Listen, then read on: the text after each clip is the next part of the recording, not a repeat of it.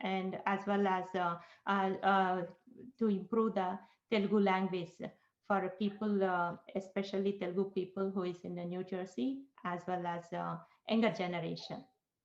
We also, in addition to these cultural events, we also do community webinars, sessions like that. దానిలో భాగంగానే ఈరోజు మేము చేసే women and financial security webinar.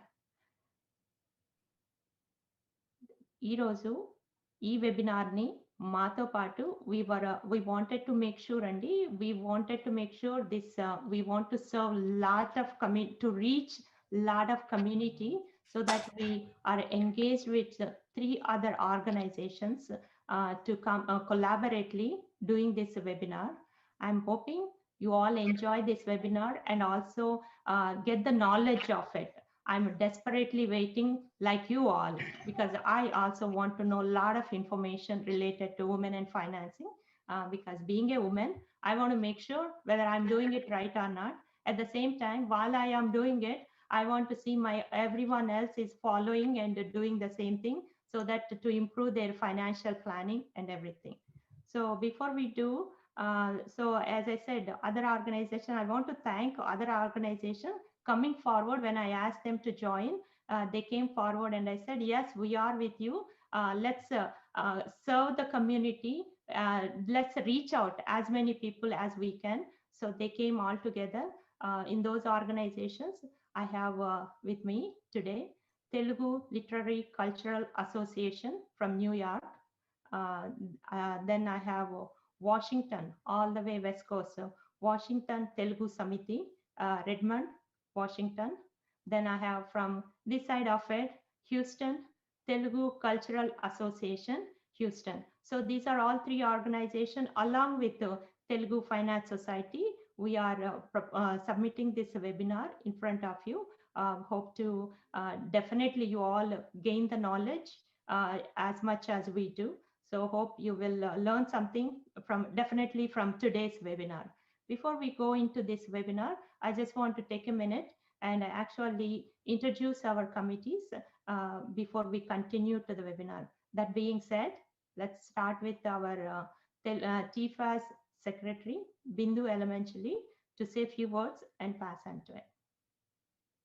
Andariki Namaskaram. Welcome. Na peru Bindu Elementally, Telugu Fine Arts Society Secretary. I just would like to say I'm very, very proud to be part of such a wonderful community event, Women and Financial Security. It's a finances, women, it's a topic dear to all of us, a topic that empowers women, a topic that empowers families, a topic that all family members should sit together, talk about, especially now during this pandemic time. And I'm very proud to be working with everyone here today and having all the organizations coming together and empowering, educating ourselves. Just like to acknowledge our team members who couldn't be here. Anu Paragaru, who's our cultural chair, Srinivas Cheru Garu, who's our membership chair. Without each and every one of the team members, these kind of events are not possible. Just wanted to do some sort of housekeeping type of during this webinar. If you have any questions and you would like to ask our guest speaker, there are multiple ways of doing that. You can reach out to your organization and text them, email them, and they should be able to get those questions to our guest. Another way is if you're watching this on a YouTube link or Mana TV, there are comment section that have been turned on. So you can post them there and we have someone who's monitoring. And another way is there is a QR code that should be there, that if you scan it with your phone, it should take you to the registration form, and that will allow you to put in your question. So we have all of us watching and monitoring while during this program. So there are multiple ways to be able to ask your questions, and hopefully we'll get to it. I know this program is going to be very popular, and we want to make sure that we take care of all of our questions. Jyoti garu. అందరికీ నమస్కారం. నా పేరు జ్యోతి గండి. నేను fine arts కి ట్రెజరర్గా పనిచేస్తున్నాను. ఈరోజు చేస్తున్న financial seminar అనేది ఉమెన్ కి చాలా యూజ్ అవుతుంది అని we are believing in it. And ఈ సెమినార్ చేస్తుంది మా beloved financial advisor Ram Kolluri గారు. ఈ సెమినార్ చాలా మంది యంగ్ ఉమెన్ కి అండ్ అందరికీ యూజ్ అవుతుందని ఐఎమ్ రియల్లీ నేను భావిస్తున్నాను. Thank you so much. మా ఐటీ చైర్ అనుదాసరి గారు మాట్లాడతారు. అందరికీ నమస్కారం. నా పేరు అనుదాసరి, ఐటీ చైర్ టీఫాస్. I'm glad to be part of this event, and I'm very happy to facilitate the event for today, the virtual event that we're having, especially during this pandemic. So hopefully it will be all educate ourselves and do our due diligence in terms of planning our financial future with help from today's seminar. Thank you. Next, Ravi garu. అందరికీ నమస్కారం. నా పేరు రవి కృష్ణ అన్నదానం. నేను Telugu class మధ్యలో community షేర్గా ఉన్నాను. మనకి తెలుగులో ఒక సామెత ఉందండి, ఇంటిని చూసి ఇల్లాలను చూడమన్నారు, ఇంటిని చూసి ఇల్లాలను చూడమన్నారు. కానీ మన రామ్ కొల్లూరు గారి ప్రోగ్రామ్ ఇవాళ ఆధ్వర్యంలో జరిగిన తర్వాత ఇల్లాలి ఫైనాన్షియల్ సిచ్యువేషన్ చూసి ఇంటిని చూస్తారు. So we hope that you'll enjoy the educational value driven seminar today, kindly agreed to by eminent financial speaker Ram Kolluri garu. Enjoy. Thank you for joining us.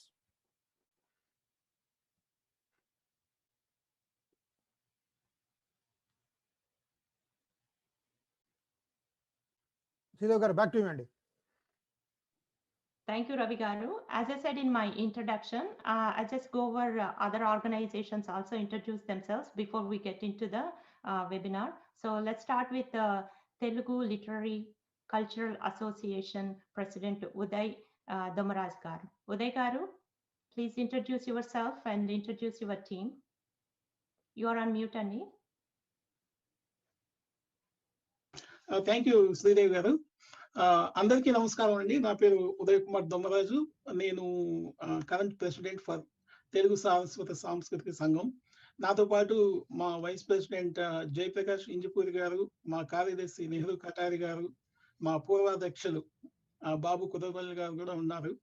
So అందరికీ మరోసారి నా నమస్కారం. So మా ఈ టిఎల్సిఏ దాదాపు 1991 సంవత్సరం, అంటే 50 సంవత్సరాల ముందు మేము దీన్ని స్థాపించడం జరిగింది. ఈ టిఎల్సిఏ యొక్క ముఖ్య ఉద్దేశం ఏంటంటే మన సంస్కృతి సాంప్రదాయం, మన మాతృభాషను మనం పాటిస్తూ మన భావితరాలకు కూడా అందించాలనేటటువంటి ఒక ముఖ్య ఉద్దేశంతో ఏర్పడినటువంటి సంస్థ. అప్పటి నుంచి ఇప్పటి వరకు మా సంస్థ యొక్క ఉద్దేశానికి కట్టుబడి మేమందరం దీన్ని తీసుకెళ్తున్నాము. సో మా సంస్థ ద్వారా మనం అన్ని తెలుగు పండుగలు కానివ్వండి అన్నిటిని కలిపి కమ్యూనిటీలో చేసుకుంటుంటాం. అలాగే యూత్ కి మాకు యూత్ క్లబ్ ఉంది. అలాగే ఒక మహిళా సపరేట్ గా టిఎల్సిఏ మహిళ అనే కార్యక్రమం. సో మేము అనేక కార్యక్రమాలు ఈ కోవిడ్ టైంలో కూడా ఏది మిస్ కాకుండా మన కల్చరల్ యాక్టివిటీస్ కానివ్వండి, అలాగే మా యూత్ కి కావాల్సినటువంటి యూత్ సెమినార్స్ కానివ్వండి, ముందుకు వాటిని మేము కొనసాగిస్తున్నాము. ప్రత్యేకంగా మన మాతృభాష కోసం పరిరక్షణ కోసం దాన్ని మనం పాటించాలనే ఉద్దేశంతో లాస్ట్ 2-3 వీక్స్ పిల్లలకి మెయిన్ గా మనం ఎలాగో తెలుగు మాట్లాడుతున్నాం కానీ మన పిల్లలకు కూడా తెలుగును బాగా నేర్పించాలనే ఉద్దేశంతో లాస్ట్ బిఫోర్ 2 వీక్స్ మేము తెలుగులో ఫ్లాష్ కార్డ్స్ అనమాట, అంటే అమ్మ అని, అంటే ఆవు అని ఫ్లాష్ కార్డ్స్ ఎలాగైతే మన ఇంగ్లీష్ లో ఉన్నాయి ఆల్ఫాబెట్స్, అలాగే మేము తెలుగులో కూడా ప్రింట్ చేయించి ఆ చిన్నపిల్లలు ఉన్న ప్రతి ఒక్కరికి 3 to 6 years 3 to 8 years age group వాళ్ళకి కూడా వాటన్నిటిని పంచడం జరుగుతుంది. సో మనకు మన మాతృభాష మన సంస్కృతి రెండు కళ్ళ లాంటివండి. ఈ రెండింటిని మనం ముందుకు తీసుకెళ్లాల్సిన బాధ్యత మన మీద ఉంది. అలాగే మన భావితరాలకు కూడా అందించాలి. సో తర్వాత ఇంకా మా యొక్క కార్యక్రమాలన్నిటి కూడా మా వెబ్సైట్ లో మీరు చూడొచ్చు. www.tlca.com. Anybody can watch it. మేము ఎప్పటికప్పుడు పోస్ట్ చేస్తుంటాం మా ఈవెంట్స్ కానీ మా రాబోయే కార్యక్రమాలు కానీ ప్రతి ఒక్కరూ దాన్ని చూడవలసిందిగా కోరుకుంటున్నాను. తర్వాత మా వైస్ ప్రెసిడెంట్ గారు జయ గారు ఉన్నారు ఇక్కడ, జయప్రకాష్ గారు. జయ గారు. Yes, thank you Uday. అందరికి నమస్కారం అండి. టీఎల్సీ చెప్పాల్సింది ఉదయ్ గారు చెప్పారు. I just want to say few words about the current program women and about the financial seminar. Actually, back in India, most of the women are not, right now they are coming into financial thing, but most of the time the husbands or the fathers used to take care of that one. Then they didn't teach us how to manage our finance. We know how to earn the money, but how to manage, we never got that information. And especially as we say in India, if a father knows, a father has knowledge, it stays with him. But if mother gets the knowledge, she shares with the children. So that's what the importance of this seminar is: women and empowering women with the financial, how to manage their financial situation. So this is an excellent program, and thank you very much. Nehru garu.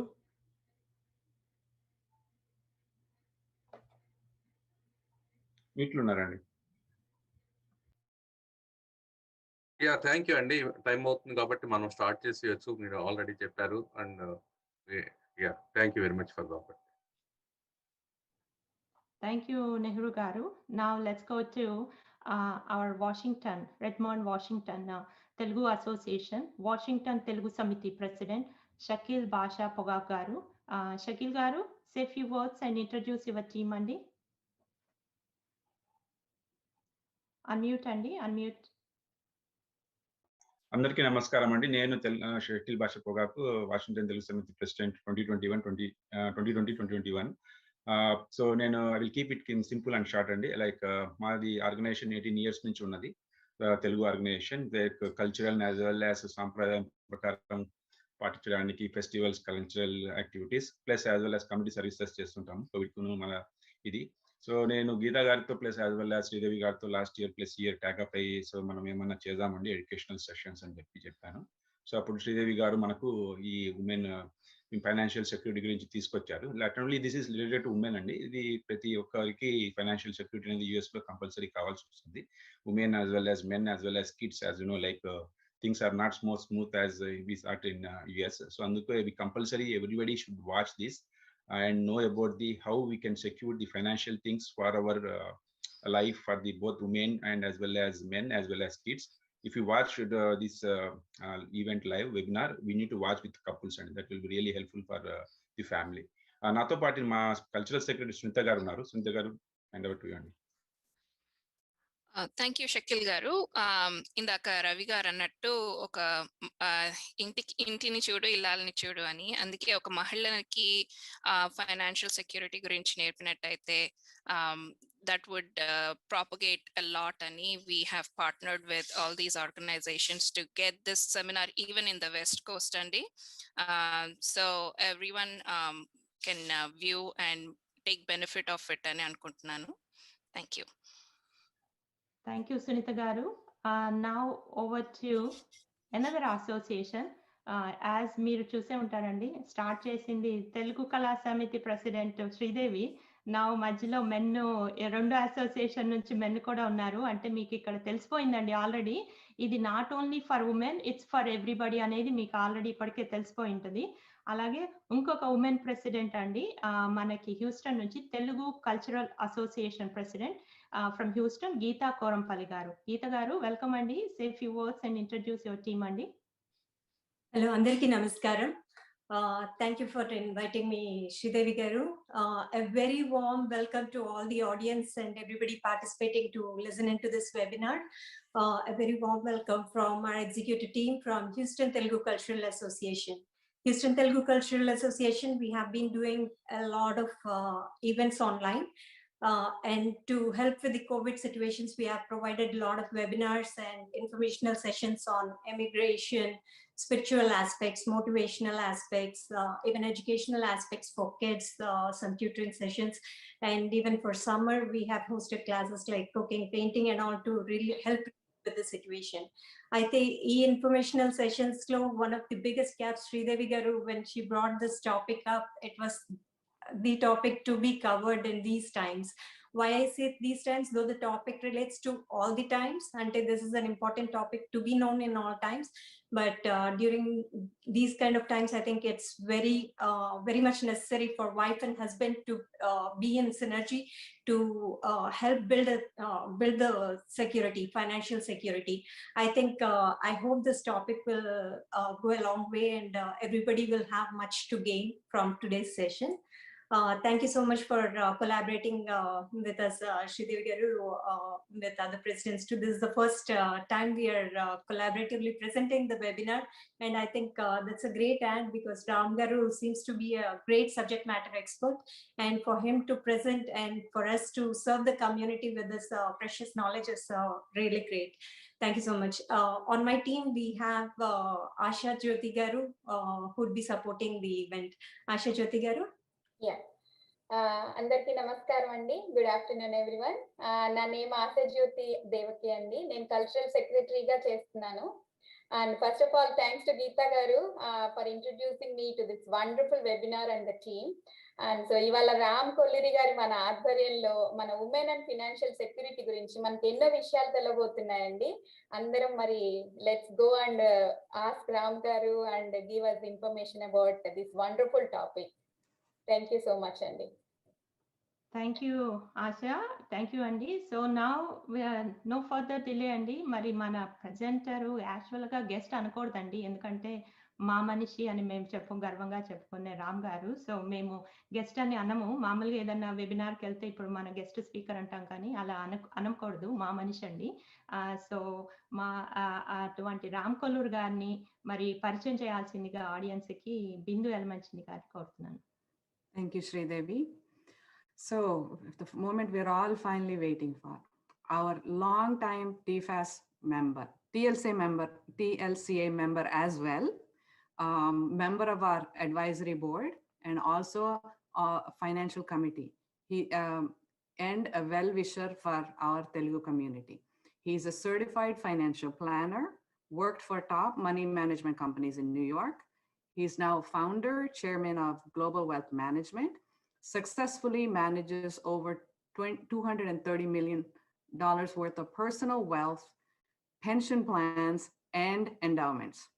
And some of the accolades I like to mention, just some, because he's got a long list, that he's been named Bloomberg's top 250 wealth management, top financial planner in America by Mutual Fund magazine, best financial advisor on Worth, Bloomberg, and Barron's. And I can go on and on and on with his credentials. And then when we do that, we don't have any time for his presentation and for your questions. So I'll stop here. Without further ado, it's my honor and privilege to introduce to all of you Ram Kolluri garu. Ram garu, namaskaram andi. Unmute Ram garu. First of all, I want to start by saying thank you to TFAS and all the other organizations that are sponsoring this event. I requested this opportunity because this is a subject very dear to me. This is something that I've been in practice now for 40 years in financial planning. And in this journey, I'm honored to be a part of several hundreds of families. I've seen life completely, the full cycle from the beginning to the end. Regretfully, some of my clients have passed away. I have seen the whole process. What happens when the wealth changes hands, when people, life changes are brought over. So what I'm going to share today is partly that knowledge and experience, that real-time, real-life experience I'm talking about. This is a sensitive topic, and I want to upfront say I don't mean any disrespect to either of the spouses. Understand that this is not, I'm not trying to say that somehow women are discriminated or something. That's not the case. In fact, I've seen in life, when there are two partners interestingly, sometimes women take the lead in managing the finances and the man doesn't really know where is a bank account checkbook. I've seen those situations too. So today, what I'm trying to approach is that like as a team, as a family, what do we need to do? So what I'm hoping to do is to give you a lot of real-time, practical, usable knowledge. This is as much as a user information as much as it is financial information. So at the end of the day, my hope is that you would actually be able to take some of this information and use it in real life. I started doing this, whatever I'm talking today, in my own family for the past 10, 15 years. Actually make my wife sit down and tell her, you must know this information. And I insisted on doing that. So what I'm talking is really something that I practice in my house, in my practice, in my clients, and I'm hoping that this is going to be shared with the community. So this is a real practical information we're talking about. In this seminar or webinar, we're going to learn what exactly is financial. Anu, can you start the slides now and we can look at the third slide? I mean, second slide, whatever you want to call that. Let's put up the slides. Next one. Next slide, please.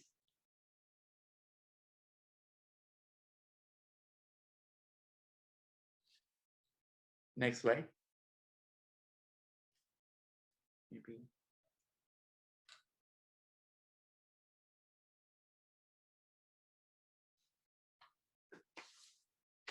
Next slide, please. Oh, okay. Yeah, okay, here we go. In this webinar, actually, we're going to talk about what exactly is financial independence? What's the financial security? How can you both work together? It's not one person. What are the 10 questions every person, every spouse should ask the other spouse and actually gather this information and have it handy, not only for the spouse, but for the family. And not only that, having asked the question, how do you actually, what steps do you really take to achieve that financial independence? This is an ongoing process. So something that you should look into, and then questions and answers. So this is the process. First, we're going to define what is financial independence or financial security. Let's go to the next slide.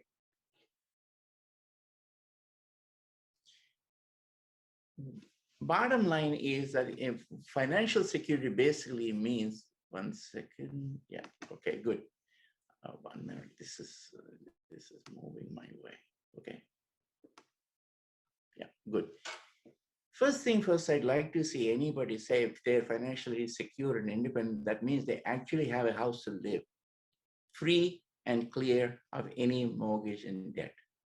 Second is having a reliable income stream. You got to have something that no matter what happens, you have an income stream coming at you that you can maintain your lifestyle in whatever you're used to and live in dignity, adjusted for inflation. That's second benchmark if you say I'm financially independent. By the time your 60th birthday comes, ideally one should be debt-free completely, whether it's mortgage, whether it's credit card, whether it's cars or something like that, because mortgage payments and debt payments put a strain on your cash flow. So by the time the 60th birthday comes, or at least in the 60s, if you could achieve that, that will be another benchmark that you will be doing that. Next thing is that you must be in control of your finances. You must understand what is going on, how are they doing, and in fact, they become a source of strength for you, mental peace, rather than you constantly worrying about it. And then lastly, these days, maintaining your financial security, peace of mind till the end of life is also important, because what's happening is that medical advances have extended our lives. Once upon a time, life expectancy was 85. In India, it was 75. Today, 90th birthday seems to be very, very common in families. And now, if someone is retired at the age of 65 or 66 or something like that, And look at the amount of number of years that you're actually living on this financial retirement and so on and so forth. So this 25 years is a big topic of discussion in the financial world. And we want to make sure that you're comfortable. Then what exactly is the role of partners in financial management? This is something, let us digress and talk about tennis. The reason being, for a long time, if you're a tennis player, you're taught to play tennis. If you're a right-hander, you serve with the right hand, you play forehand, which is the right side shot. And if the ball comes to your left shot, you would actually you turn the body and hit the ball. That is a backhand. What the people found out is that for a right-hander or left-hander, when the body comes to the not the dominant hand, but the ball comes to the dominant hand by the other side, that becomes a weak shot for that person. In the 70s, two people popularized, even though two-handed backhand existed for a long time, Jimmy Connors and Chris Evert Lloyd were the first ones to play two-handed backhand in the championships.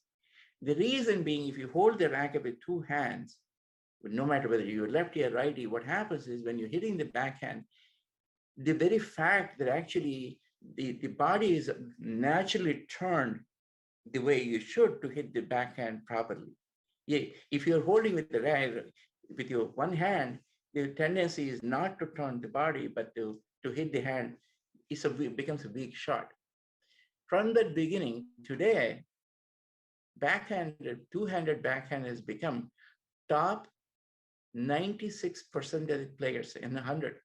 96 out of the top 100 women players, 90 out of the top 100 men's players, including Serena Williams and Djokovic, play two-handed backhand.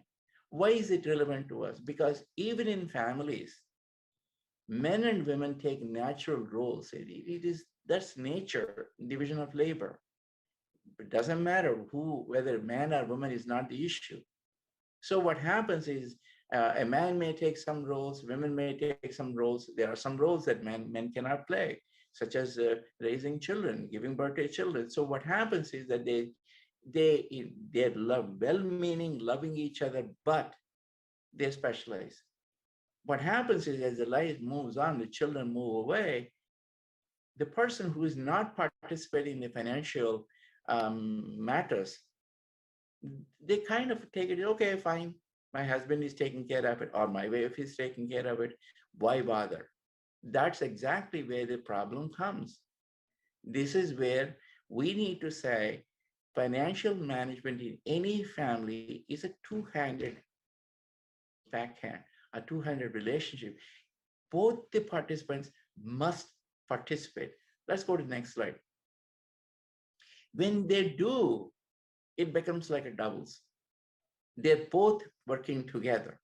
In fact, if you play tennis doubles, one of the things, critical portion of tennis is that the partners communicate with each other constantly. They're talking to each other on the court. They go back in each shot and they discuss what's the next shot going to be. That communication wins championships. This is the same thing in the real world financial management.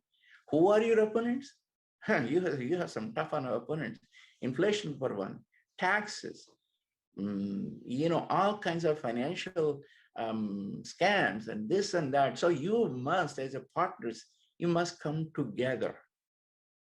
Both the partners in tennis, if the other side senses that one partner is weak, in doubles, they keep on hitting the ball to the weak partner.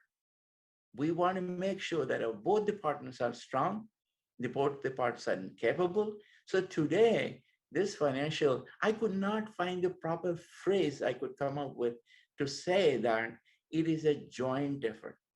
Even though we're using the market women financial security, what I'm talking about is that as a partners, they must teach, share the knowledge with each other and make them strong. That is the heart and soul of this seminar. Let's go to the next slide. For that, I want you to, there's a questionnaire that I have put together that every year wife and husband should sit down. Please don't do it on your marriage anniversary or your birthdays, because it'll lead to unnecessary fights in the family. But pick a day, you know, Groundhog Day or whatever, and or have, you know, something like that. But this question, these 10 questions, you must ask. Simple questions like, hey, what's your family income? How much money does it come to the, you know, if you pay after paying taxes, how much money, how much money is it costing us to live together, to maintain this lifestyle? What exactly, if something were to happen, what about the mortgage? Do we have mortgage payments still to make? Did we save enough money for college? Do we have savings? Do we have investments? Who is managing them? How are they being managed? Do we have, you know, I hear this Telugu movies, the popular line, oh, we lost everything, now tomorrow onwards we're on the streets. Really? How is it possible? What, we bought one investment, that when one investment went bankrupt, and so the whole family is now in financial dire straits? And this, you know, the question should be asked. What are our investments? Do we have enough cash reserves? Do we have our own investments diversified? Are they performing, at least keeping ahead of inflation? Now, the husband is reaching retirement age, the wife is retirement age. What is our retirement income? What is the sources? If the paycheck does not come, can you tell me how much money will come from retirement, our pension, our social security? How much do we have to pay taxes? Do we have that money? This is another thing. A lot of times, if the breadwinner in the family, God forbid something happens, passes away, the family has to go on. I mean, today, I hate to say this thing, but a lot of families are facing this question because of coronavirus in India, and they're not ready. This is the question that one should ask. Do we have enough life insurance? Suppose you get disabled, do we have another disability insurance? Remember, all these things are revolving around the family's financial security, peace of mind. Everybody wants to go through their normal lives as though nothing happened. But this is what I call them the safety net questions. This another one is a beauty, wills. In the last 40 years, if I ask the question in a family, do you have a will? More often than not, the answer is they say no. Wow, why? Oh, we didn't get around to it. They have minor children, they have financial affairs. Not only that, a lot of people don't understand what exactly is a will. We'll get into that also a little bit later in the questions and answers.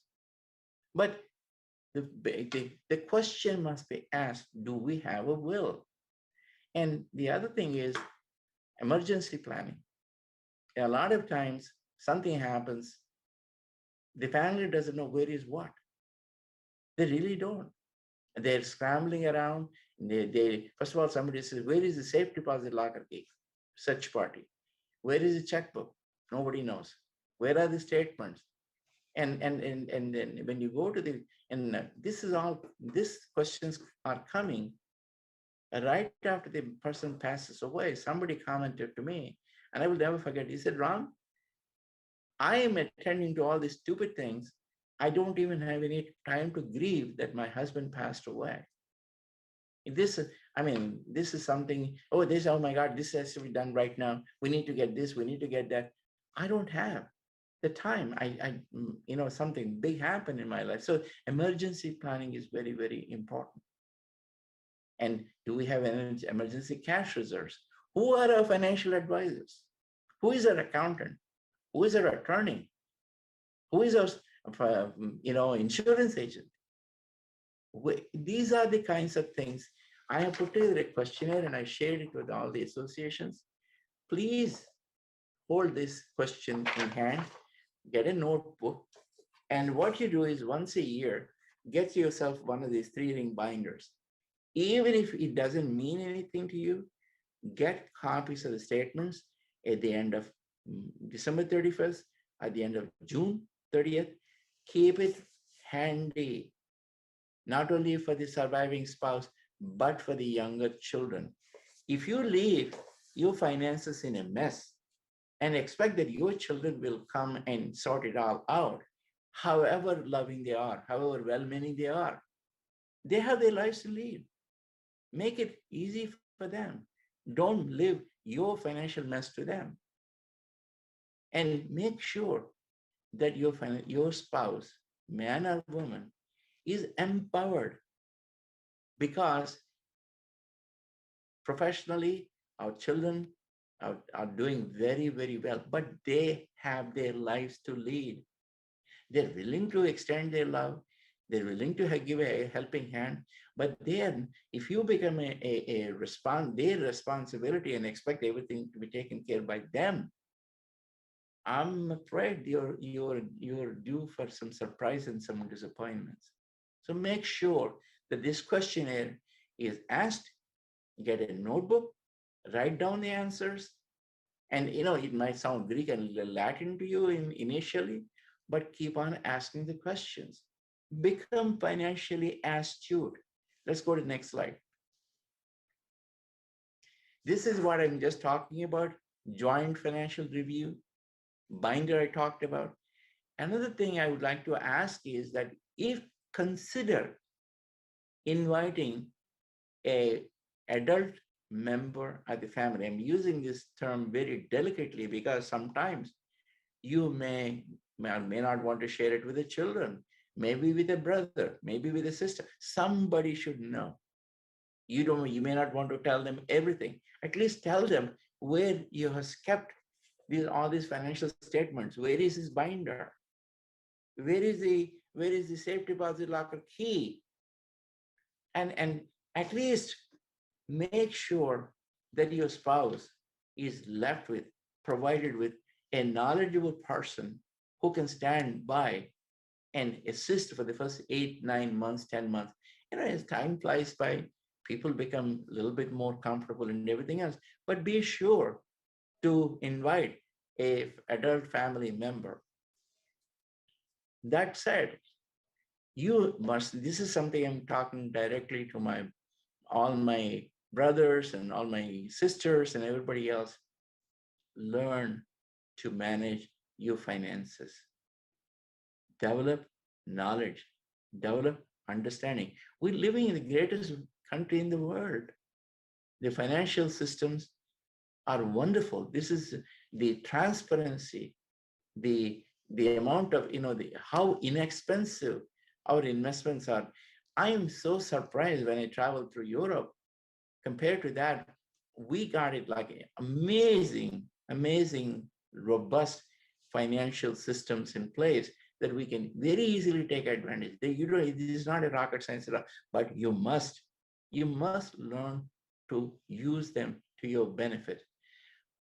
Also, I'm not suggesting that you become super overnight, financial expert, but at least understand how to ask intelligent questions, become an informed consumer, and also make sure that you have trusted financial advisors who are there for you in good times, in bad times. And this is something that is very, very important for you, and participate. If the person comes to your house to review the finances, in a nice way, sit down in the meeting, take notes, and then you can ask the question later on to the advisor or to the family or something, or even you can do your own little bit of research in turn. But the message is loud and clear. You must participate in all your financial affairs. And lastly, learn to enjoy your financial freedom. We all work very, very hard and we mean very, very well. But somehow, as the life goes on, I'm talking from real life experience. I have clients whose husbands passed away. These are all mainstream American families. They're substantial. Why don't you go on a cruise, go on something, enjoy life, create memories. I don't know what happens. They freeze up and make a difference in your children's lives, make a difference in your community's lives, but enjoy and collect memories. Because what remains with us towards our end of life is our memories. Money at that time doesn't matter much as it did in the beginning of our lives. So this is the message. Become informed consumer, participate, ask questions to your spouse, let your spouse be a friend and encourage you to participate. You also learn how this is all managed and everything else. Slowly but surely, you must become an equal, informed partner, just like our example of a two-handed backhand or doubles tennis player. But don't just say, oh, my husband, my wife is going to take care of it. No, because if that person suddenly is not there in the picture, you will be lost. I hope you will take this message to the heart, and let's answer as many questions as possible. I'm going to turn it over to the organizer to ask questions at this time. Wow. Thank you, Ram Garu. What a heavy presentation. I know, I'm sure there are a lot of questions. Yes, there are a couple of things you did say that, yes, don't do it on your anniversary or on your birthday. So like you start fighting on it. I didn't know this, I didn't know that. How did you know this? How did you know this kind of? So I'm glad you said not to those days, but definitely wife and husband should sit together and pick a day, and every year they need to go over the financial questions and everything for to understand where they stand for it. And also, as you all heard, the sharing of that questionnaire, the checklist which Ram Garu presented, 10 questionnaire. All the 4 organizations will be distributing that list to all the members, so you can print it, have it. As Ram Garu said, get a binder, try to print it and have the things on every year. Sit together and say what is that for this year versus just a file it in your binder. But we will definitely share after the presentation. That being said, as you all know, like me and everyone else has a lot more questions to ask. Ramgar only just showed us in a slide, so the gist of it, but we need to go into a couple of things here in deep in it. So let's start with the questionnaire. So Jyoti, what do you say? I think should we start some questions and ask Ramgar, put him on the spot and Sure. get him some information? So Ramgar will be asking few questions, and I would be asking some basic questions. I'm sure you will be answering top of your head.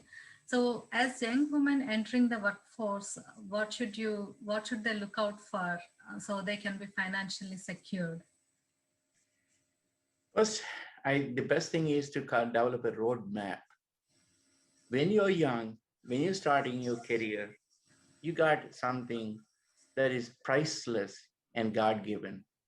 That there are 2 of them. One is your talent, that is actually you self-actualize, and that leads to your financial security. And the second is the time compounding. If you take anything and compound it for 40 years versus 30 years versus 20 years versus 10 years, the end result is dramatic. If you lose one of those compounding cycles, it is not that you're going to be missing 20 or 25%. Each compounding cycle will cut your wealth in half if you miss one compounding. So what is most important for a young person is to say, thank good, I now I got a job, maybe I have a spouse. I think we should sit down and come up with a financial road map. That's the number one. Remember something, financial planning is like a blueprint for construction of a house. You may not have a house, but it may be a dream house, but have a blueprint. I see.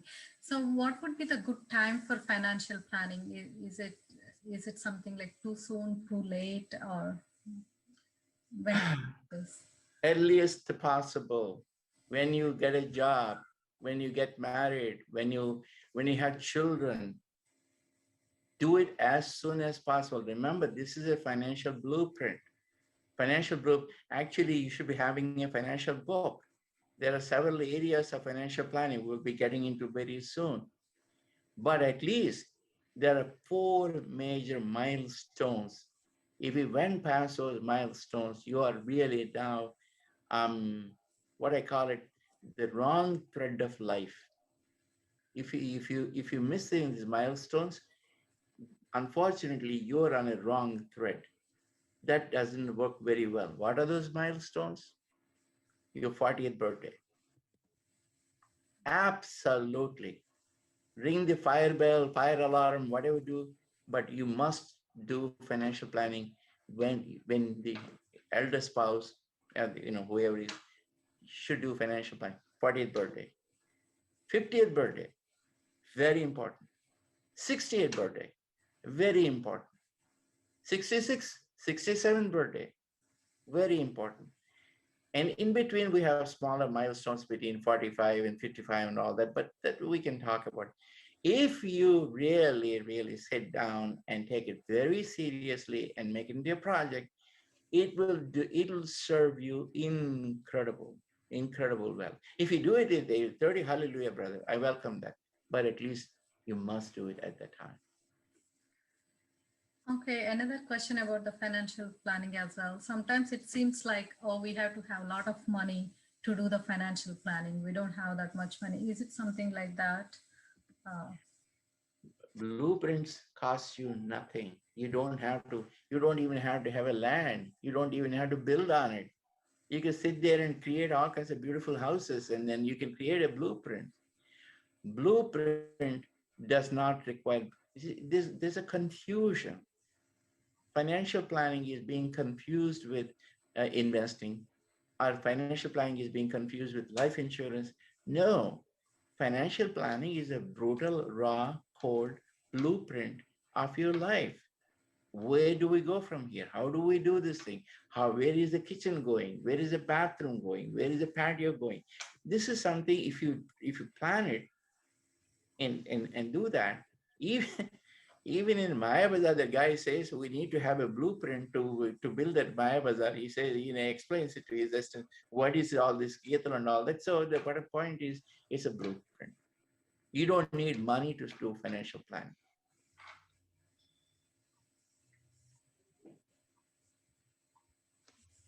Thank you, Jyoti. Let's move on with other questions. I hope you are all getting the answers. These are the questions which we received from the registration participants, as well as some of the questions we put together. So hopefully we will try to, Ram Garu will answer most of the questions. And if not, even if you have a question right now, if you are seeing it anytime, we still have that registration form open. You can still go ahead and submit. So let's continue with the questionnaire, because we need to, we can't give a break to Ram Garu. We need to continue to, ask him and bombard him with the questions. What do you say, Jayaprakash Garu? Sure, Andy. Thank you very much. Thank you, Ram Garu. Excellent information. Some good points I collected. My question is, when we say financial planning, what exactly the planning means? Having a stock market, some of the stocks, or purchasing a life insurance? Can you explain a little more what exactly the planning means? There are 7 areas that touch a human being if you're married. One is that you need to have income and tax planning, because Uncle Sam and the states take a huge chunk of money from you. So there should be a financial planning. That's one thing. Write it down. Tax planning. We'll come back to what the tax planning means. And second is cash flow planning. One of the biggest magics in securing financial independence is living below your means. If you, in the earlier stages, if you lived below your means and did not get yourself into a lot of debt, or at least you're attacking your student loans or something like that, you're making the ship lighter. So the cash flow planning is extraordinarily important. That leads to you buying a home, taking a mortgage. So it is basically how much is a home I should be buying, what is the right size of debt and everything. So debt planning is very critical. College planning, retirement planning, investment planning, wills. A lot of people think that you should write a will when you're 55, 60, 65. No, when you have a child, day one in this country, you don't want to leave your child without a will. Why? Because you need the wills appoint a guardian. If both the parents pass away and you leave the child without a will, now you're putting that child in the hands of a court. It is the worst thing you could do to a minor child, leaving them without a guardian. Wills, emergency planning. There's so many of these things. So typical financial planner, he actually goes through these things, gives you the guidance, gives you the process. That's what financial planning is all about. Thank you, Andy. One more question. Actually, you answered already. This financial planning, can we do it ourselves? Meaning the wife and husband sit together and make a plan, or do you suggest to hire some professional financial planner? Basic financial planning is something that you can in the earlier stages, because you're a lot of budgets issues and all that you're trying to make life, at least listen to as many seminars, webinars, YouTube, start gaining some knowledge. It's one thing to say I've been in practice for 40 years. It's another thing to say that young people should at least, these are all bright, educated people, at least they should start from there. But what happens is as the life goes on, complications develop. You start a business, you have properties in India, you have an inheritance in India, all these things. The more complicated, complex there are, remember there are financial planners, there are a lot of them professionals who have no conflict of interest. They will tell you the truth. I think it is what you yourself should say, hey, how complex is my financial affair? Can I help? It's cheaper and easier to get right help at the right time rather than putting yourself in harm's way. And procrastination, in the name of hiring an advisor, a lot of people put away planning and they don't get around to it. They're all very busy. You need a Dutch uncle to put your feet and say, you got to do that. You have to. The reason why you're hiring a professional is that person is, and say, you got to do this, you got to do this, you got to, this is a milestone. So, however well-meaning, I'm going to remind the story of Ravana telling Lakshmana, I wanted to build a wall around Lanka so that nobody can come and attack.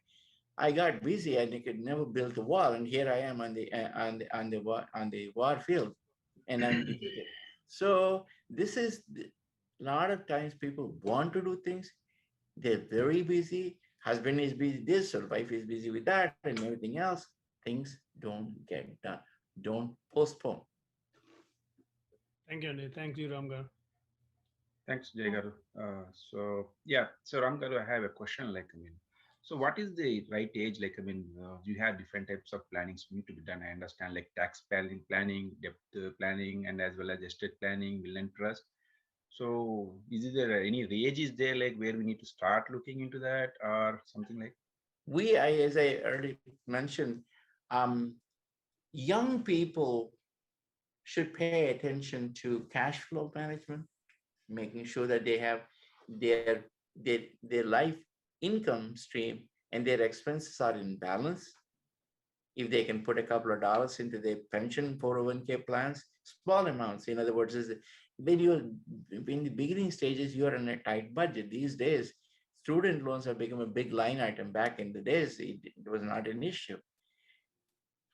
In that process, even if you put a small amount of money into some investments, savings, money market, emergency cash reserves, buy some life insurance, term life insurance, as a safety net underneath. So I would say that once a person gets married, the wife and husband, if they sit down together in their 30s and talk about this financial planning, get some books, meet some people, talk to friends and families, and seek out to advisors like me and say, hey, all I want to know, just for a half an hour, an hour, some kind of an information, knowledge. Can you please point me in a direction?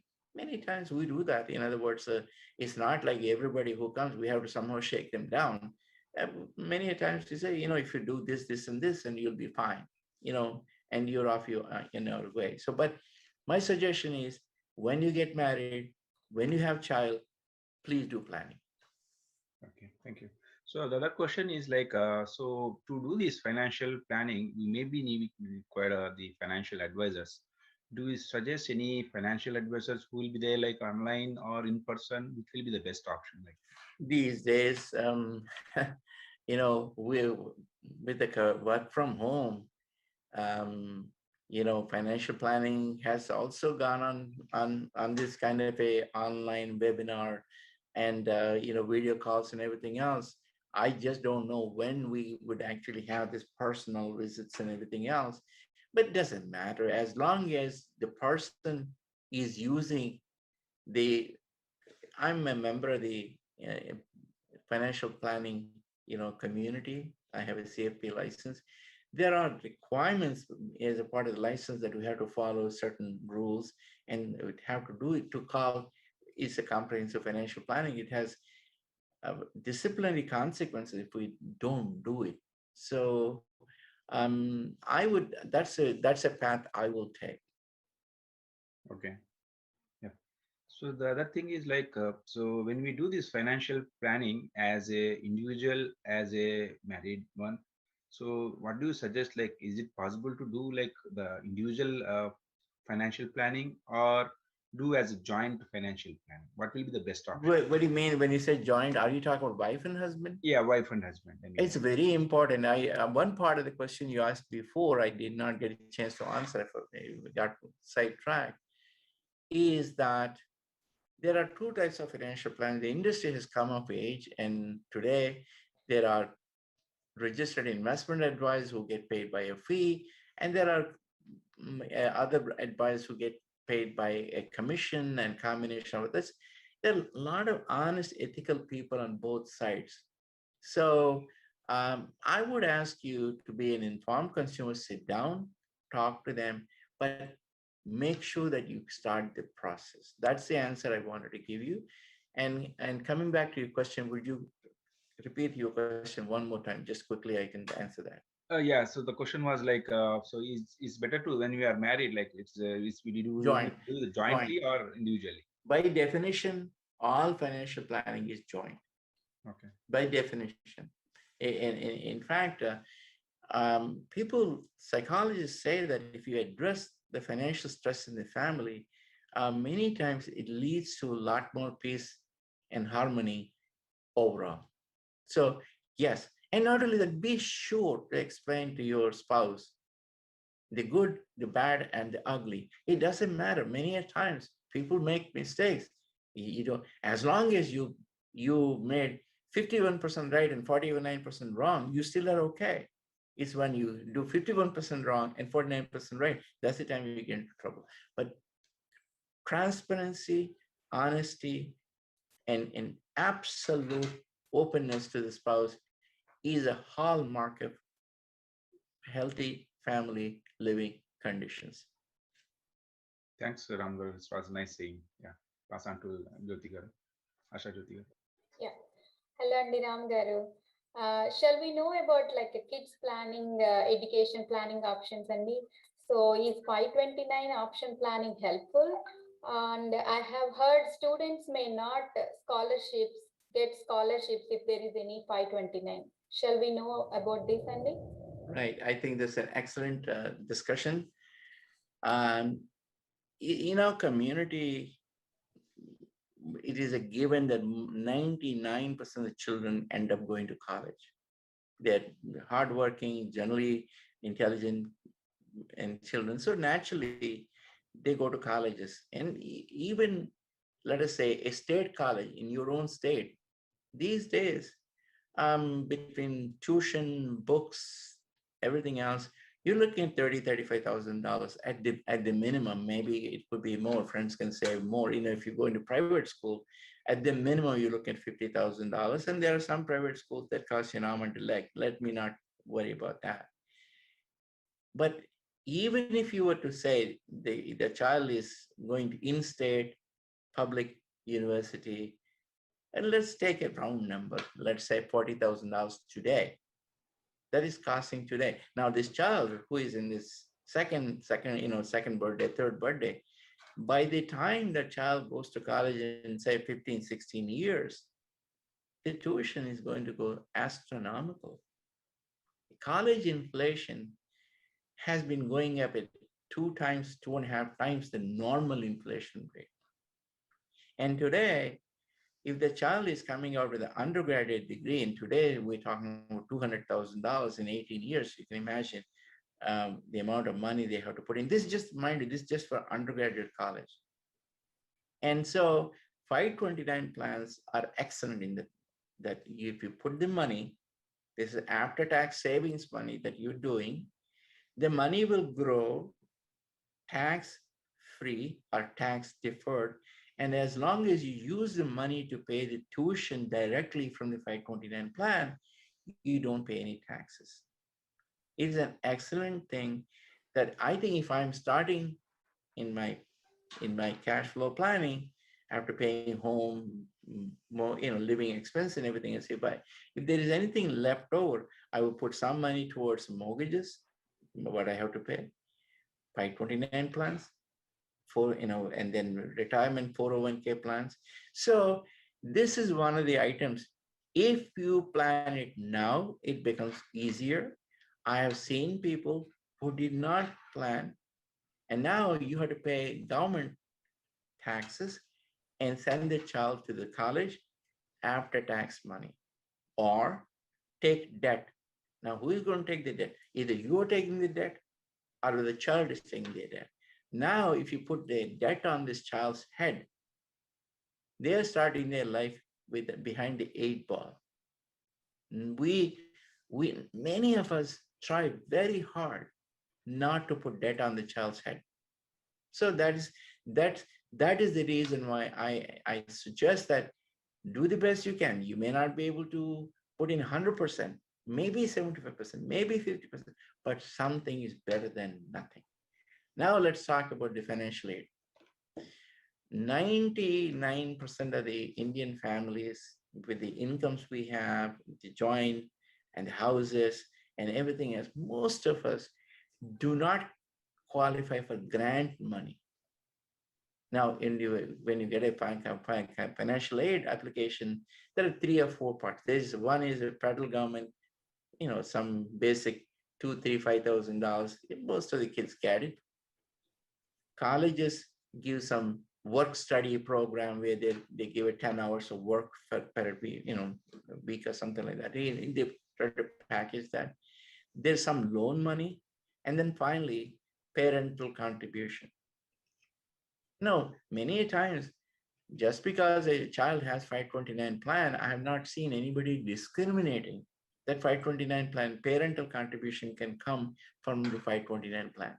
Some people think to me, what if my son decided not to go to college, but he's joined the motorcycle gang and he quit the high school? Extreme example. Even then, 529 plans, you can take the money out. You may have to pay tax on the growth, and you may have to pay a 10% penalty. It's extremely rare circumstances. I've seen more families needing to educate their children, undergraduate, master's degrees, and everything else. And we and the Jewish community try very, very hard to educate children. That's very important. But that's part of our culture. That's part of our blood. So 529 plans are an absolute must for any family, or even grandparents can step in and help out. Okay, thank you so much, Andy. So this is related to the same 529. So what if my child does not use the fund in the 529 plan towards the college expenses? What will happen to that? Siblings can use it. In other words, there's a family tree. Okay. If the eldest child cannot use it, the second child can use it. The cousin, there's a small family. You can't go too far away from the family tree, but it can be used within the family. Or you can actually use your own 529 plan money. You can say, hey, I'm going to get a master's degree. Why not? Art or whatever it is.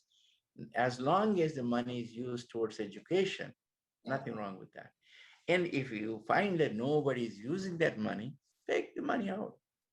Pay tax on it, pay 10% penalty, no problem. Okay. Yeah, that's a good info, Andy. Yeah, Ravi Garu. Thank you, Andy. Ram Garu, first of all, great to interact with you again. We had a similar session in December. It was, rock star performance, obviously, Miru. So, continuing the bucket, Andy, we are kind of moving from bucket to bucket, different topics. Asha Jyoti garu cheppinattu, college expenses, Andy.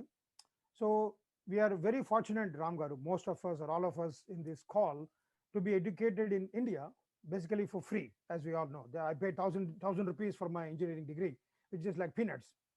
When చెప్పినట్టు that is not the case in this country. It's arm and a leg, especially state and private. మీరంతా cover చేశారు. My questions are basically from our members, when they apply to big schools, as you said, education is very important to us, Harvard, Stanford, whatever the names are, they give you some one-time scholarship. There's a great, hey, great thing, application, $5,000. The problem is that doesn't cover anything in terms of the total bill. Now, the question is, what is the difference between the scholarship amount and the need-based award? So all families don't qualify, most of us don't qualify. So question ఏంటంటే మన members నుంచి scholarship and need-based award కి difference ఏంటి? And if the family or a child has a 529 plan, how does that affect both? Again, let's say that community has grown huge. Today, there are a lot of entrants in this into the community. They may be here only for a few years or something like that, and they have a grown child. Let's assume that the family income is not in hundreds of thousands of dollars, but the total family income is only $70,000-$80,000. Just as an extreme example. Now, if the colleges have a matrix, they look at what is the example. If they have 2 students in the college at the same time, it makes a difference. If the family income is below a certain threshold, makes a difference. So on and so forth. So they go through this exercise and see what the need is. Of course, if your child is so brilliant that half a dozen Ivy Leagues are competing with each other, you can play off against each other and say, how much are you going to put on the table for my child? I've seen that happen too. So that's a rare circumstance, maybe 0.5% or something that happens, but 99% of the people, they basically keep on driving at this statement saying the parental contribution, that is the money that you as parents have to put on the table, whether you put it from your savings, whether you put it from your 529 plans, whether you borrow the money, is of no consequence to us. And again, many times colleges have this loan programs, federal loan program, other loan programs, everything else. But the colleges try very hard to package something, a little work study program maybe, because they don't want to lose the student. They don't want to see the student not attend the college. In this country, the universities somehow or the other make sure that the student is able to study. What he comes out of the college with, how much debt, is a secondary question. But then they take some amount of money from the 529 plans towards the parental contribution. Bagundi, Ram Garu, very informative. Thanks, Andy. Sridevi Garu, back to you, Andy. Yeah, thank you, Ram Garu. Next session, Andy, I'm sure if we touch this one, we need to have a separate session for it. But let's see how we can do it, how much we can educate our members on this subject. But let's see, we have a bunch of questions in this category. When I say category, I know when you hear will and trust, there you go. We have a lot of questions in it. But we'll try to cover as much as, and then if we needed a separate session, we definitely, again, we'll do some these educational seminars on specifically for more like popular topics. So that being said, Sunita garu, what do you say? Do you want to start that section with those questions? Go ahead and. Sure అండి. Hello అండి రామ్ గారు. నా మొదటి question will కి trust కి తేడా ఏంటండి? What's the difference between will and trust? Okay, let's first define what a will is, and then we'll go to the trust. A will is simple, in simple language, it's the person, any human being, jatasya maranam dhrum, everybody has to go someday. So that person is writing, in simple language, a letter to the court to say, when I pass away, I can't sign the, say, sale of the sale deeds and things. So this is what I want you to do for me, and transfer the properties to my heirs. A simple, basic meaning of a will. A will has to be in writing, and a will document original has to be there, because court cannot, and the court wants to make sure that it is your will, it is in writing, that you sign. And this is, as long as these conditions are met, there's no particular legal form or something like that. You could actually take a piece of paper and write it and sign it. It may not be technical, it may have technical challenges, but it's still a valid will. Okay, that up to that point. A trust comes into play when you feel that the beneficiary, be it a minor child, maybe a spouse, you feel, let's take an example of a minor child. A minor child cannot manage our own properties in his or her name until the age 18.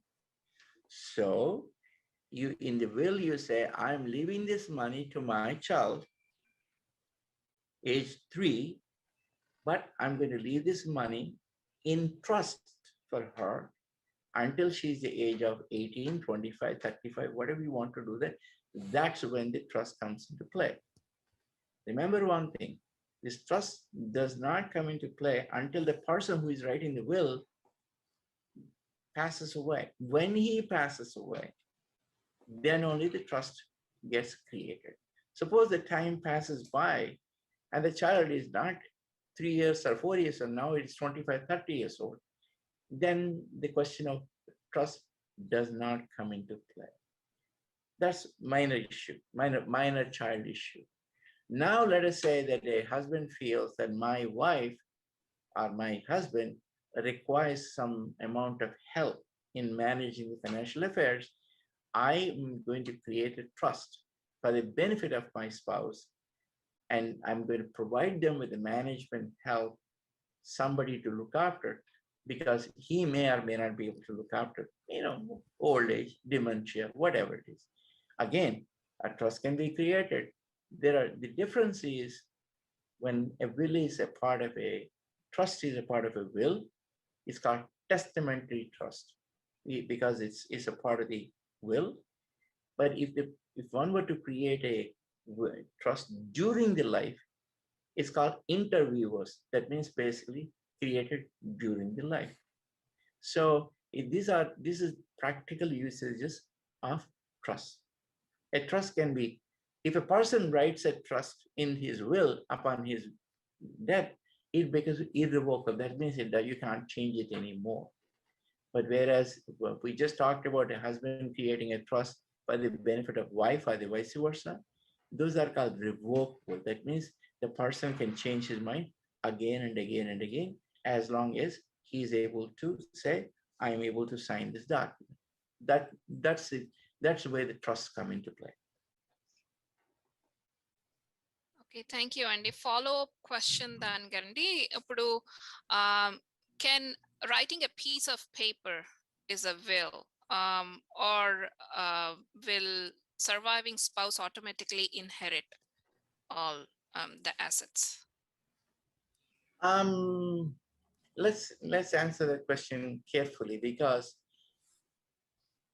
if properties are owned jointly, then what happens is that the surviving spouse, upon passing whoever the spouse passed away, inherits that property. in Northeastern United States and places like that, that is automatically done. But in community property states like Texas and in western parts of California, is what is called community property state. But that means even if a house is there, quote unquote joined, what the law says is 1/2 is owned by the husband, 1/2 is owned by the spouse, wife. And so only half goes to the wife or half goes to the husband. So unless and until you go through that exercise, I just went through that exercise in Texas. There is a special document you have to sign and get it registered in the county courthouse to say that when I pass, I want my half share to go to my wife. This is something that is important. It's something that those who are living in Texas should inquire and talk to your spouse, to your attorneys or whoever to say that. Don't assume that house, just because house is registered in the joint name, the wife is going to get it automatically, her husband is going to get it. You need one more piece of paper. You need to sign and get it registered. Now, what if the couple passed away, or husband passed away without a will? Now what? There comes a problem. This person is supposed to have died intestate. That means he died without a will. Now, each state has its own rules. You can't say, look, I'm married to this man for 27 years and now I should get it. The law says, too bad, you don't have a will. So they may say half goes to the parents, half goes to the surviving spouse. Some states have now come up with the laws to prevent this thing happening, but don't assume anything. You must write a will. If nothing else, take a notepad and write something. That's not what I'm suggesting you should do, but it's very, very easy to get a will done. But person passing away without a will, whether you have been here for 50 years and you're a US citizen, whether you're a green card holder, whether you are shall we say, a person who has been here waiting for a green card, it doesn't matter. You must have a will. Okay, other questions? So piece of paper is a will antunar kadandi. We can write it on a notepad. Actually, there are court cases where this guy stopped at a gas station and wrote a piece of paper using a backup an envelope, and the court ruled that it is a valid will. Thank you. Thanks for clarification, Andy. Thank you. Right. Over to Ravi Garandi. Thanks, Sunita Garu. Yeah, Ram Garu, same bucket Andy, estate planning. So I'll start with an example Andy. Rajmundrilo, మా తాతగారి దగ్గర పెద్ద పెట్టి ఉండేది. ఆయన ఈ will డాక్యుమెంట్లన్నీ పెట్టేసి మర్చిపోయేవారు. Everything is secure, so nobody used to see them, and that's it. So we all come from that background. So the question members are asking is, what is the necessity or requirement to review wills frequently between the spouses? So what is the frequency you suggest our members should look into the will? Now, the will is a very interesting topic, actually. All right, you went to the attorney. The attorney says, okay, who is the executor? In other words, who will take care of all your wishes and file the tax returns, collect the papers, distribute the money and everything? The person who arrives on the scene when a person passes away is an executor. This is a guy who can go to the safe deposit locker and tell the bank, so-and-so passed away, and I'm named the executor. Here is the safe deposit locker key. They said, terrific. The bank officer will come into the safe deposit locker, open the safe deposit locker in front of you, and let you take only the will. Upon showing your driver license, the original will can be taken out. Now that's the executor. Now the executor will go and collect the death certificates and all that. Let's go to, and then in the will, you also named guardians. My child, I have 2 children and their ages 3 and 5, and I want you to take care of these children as though they're your own children. Okay, so far so good. And now I'm leaving all my money in trust to my children. okay? And I'm going to get life insurance, whatever it is and all that. And it's a difficult subject to talk about, but it happened where spouses die in a common accident. It is something, it's an extreme, but that's what planning is. Planning is always planning for contingencies. You wrote this will, terrific, everything is fine, and then you put it away. 3 years go by. First of all, are the people still there? Are they willing to do the executor's job? Are they willing to do the trustee job?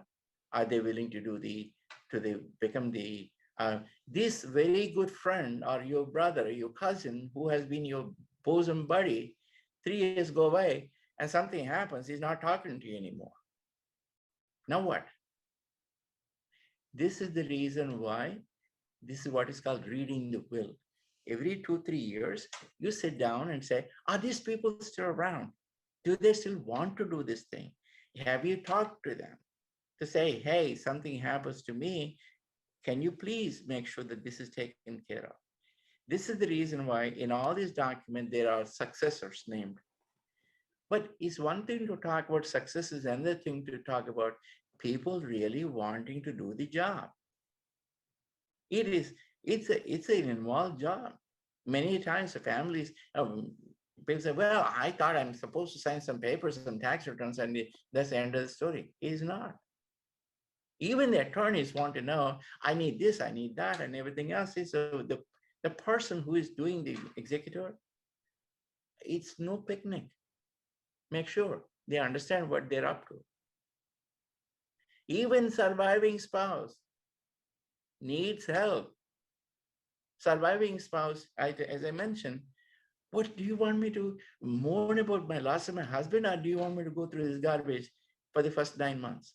What am I going to do? So this is the reason why take out the will every 2-3 years, read it, talk it out, talk to your spouse, talk to your children. That's why is what is called, just because you signed a will, it doesn't mean it's done. Absolutely absolutely Ram గారు. శ్రీదేవి గారు చూసారండి, ఇంత packed information అండి, చాలా complicated subject. మనం రామ్ గారిని మళ్ళీ పిలవాలండి, ఈ వేరే సబ్జెక్ట్ పెట్టేసి ఎస్టేట్ ప్లానింగ్ అని. Definitely you know very complex topic related. Ram గారు, ఇప్పుడు మన మెంబర్స్ అడుగుతున్నారు, one of their families the spouse is not working అండి. So let's a single earner అనుకుందాము. And so the question here is, single earner అయితే there'll be salary, savings, bank account, we చెప్పినట్టు అంతా follow అయ్యారు. What is the scope of the amount which the will covers? Is it only the savings bank, 401k plan? What amount of the pension plan, if any, is covered in the will? What is the will domain? What is a terrific question, really. Wow, thank you. Thank you for asking. First of all, the root shock is wills cover only after-tax personal assets. It has nothing to do with your pension plans.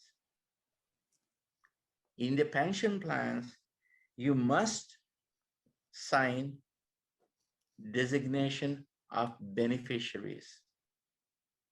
If you did not sign the designation of beneficiaries, it can go to the estate, and then the court can say that's part of the estate and everything else.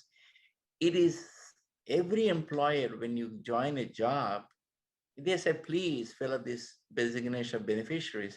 If you fail, or if you fail to update, there's a classic court case in Brooklyn. The guy was some fireman or something like that. He when he joined the force, he named his parents as the beneficiaries of his pension plan. Years went by, he got married and everything else, never updated the designation of beneficiaries, and he died. And the spouse went to court and said, I'm the wife. And the court said, you should have had the update the designation of beneficiary. There is a law that you have to name. In fact, the wife is entitled for the pension assets by law. But if you don't fill up the form, if you don't, so wills do not cover pension assets. There's an entire estate planning relating to the pension retirement benefits. It's very important to know that. I'm very sure our members paid a lot of attention, Andy, to this answer from you. Absolutely important. And review the designation of beneficiaries when you read the will. Imagine that those designation of beneficiary forms have the same value, importance as your will. So make sure that you put the designation of beneficiary copies in the same envelope with the original will. And review them, read them. You leave the employer, you quit the employer and join a new employer. You forget all about the 401k plan, what you did 10 years ago. I've seen people who did not go back and get back their 401k plans years.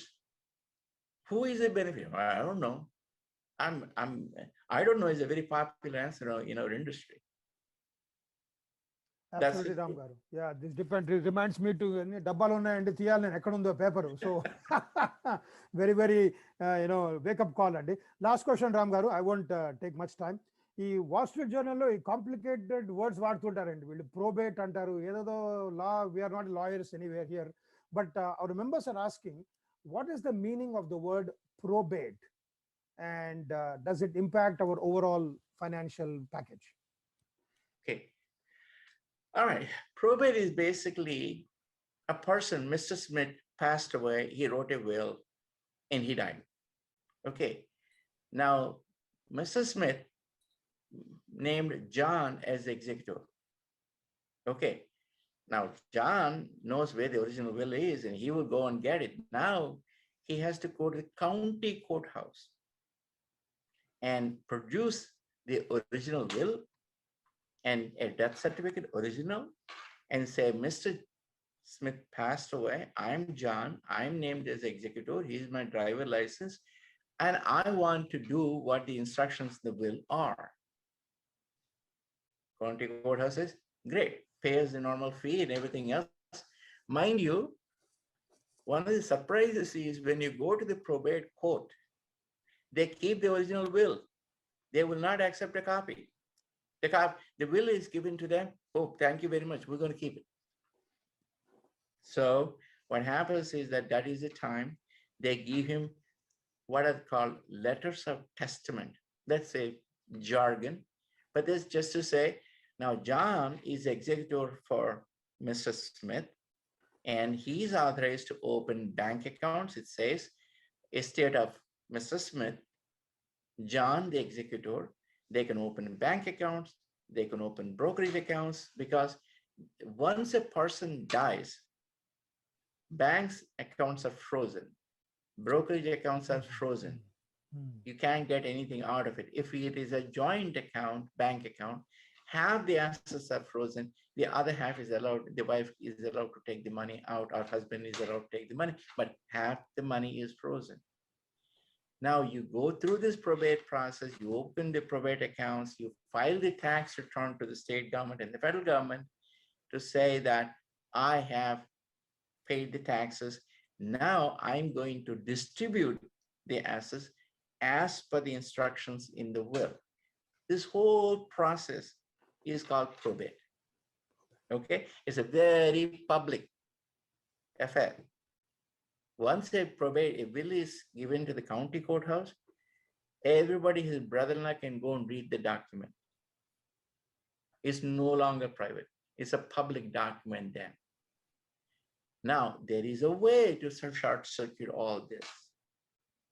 It's what is called a living trust. There is no law anywhere it says that you have to go through the county courthouse and go through all this exercise and everything. You don't have to do that. You can create what is called a living trust. It's the same thing, same purpose is done. You write a living trust, you move all your assets into the trust.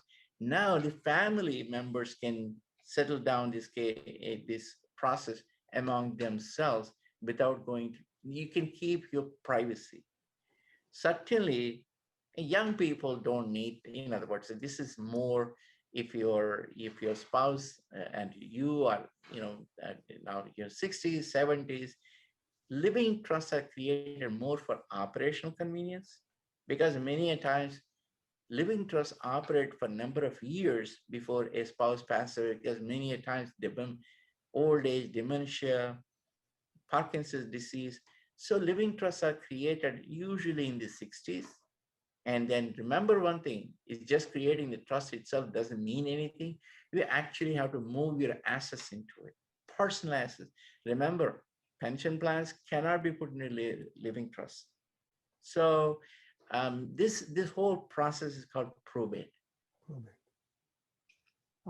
I'm sure our members paid a lot of attention between private and public and everything like that. Just follow-up question, and I want to make sure we're getting old and getting very close to Social Security bucket. So, so I just want to make sure I heard it right. Ippudu our Indian, as you said, are very educated, very qualified. So if both the spouses are working, which is the case most likely, and they have both incomes, do they need two wills, or both the spouses will have a combined will? The will is personal. Every person has to have it. Every living person has to have a will. There's no such thing called joint wills. Each person, natural person, must have his or her own will. So there's no such thing as joint wills. Okay, and if a person is divorced, again you can revise you can make those changes, everything else. It all depends upon the divorce proceedings and all that, but wills are always individual.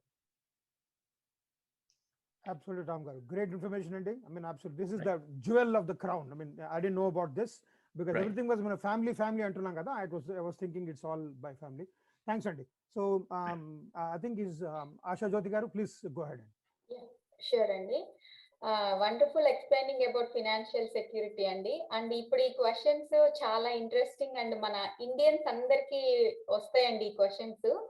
The first one is, does our will cover the India assets? Okay. I am asking a question.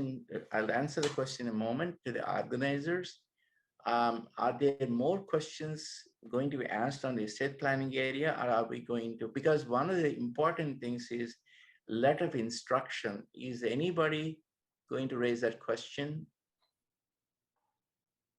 Ram Garu, we will, Andy. We will be going into after estate, little bit we cover it, then we go into like a debt management, like that. We in buckets, we will go. Fair enough. Okay.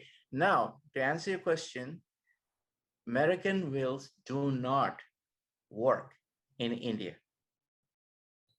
They mean nothing in India, actually.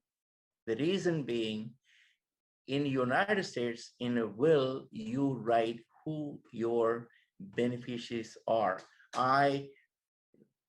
Mr. Smith nominated that my daughter Eileen and my son Joe are going to inherit these assets in these percentages. My wife will, if she survives me, she will enjoy the assets during her lifetime and then go so on. This is the structure of the US will. In India, you write a will for every single property. I, Ram Kaluri, have a property in Gachibowli, this flat number so-and-so in this so-and-so development, and I leave this to my wife, if surviving, if not to my children. You have to have a will for every property. There is no such thing called registering the wills in the United States. During your lifetime, you write a will, you get it notarized, you keep it. There's no court that you go to get it registered. In India, it's exactly the opposite. You actually have to go to the sub-registrar's office and get that will registered before it is useful. So there's a big dichotomy.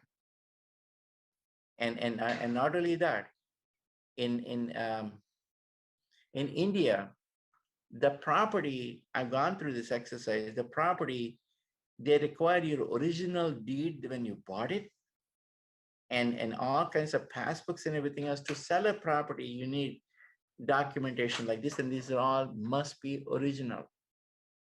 It's a pain in the neck not to have them. So registering in India, US wills do not They will give you guidance and so on and so forth. If you had to go to court and say, I don't have it, I need to, yeah, that becomes a court proceeding at the time. But then you can certainly take the will to India and say, so-and-so passed away, he did not do all the things he's supposed to do, and then court will take up the case, and then they will assist you. But it's going to be a mess, expensive, and lengthy. Okay. But you answered this question little bit, but let's see this question, Andy. How to repatriate funds relating to inherited property in India?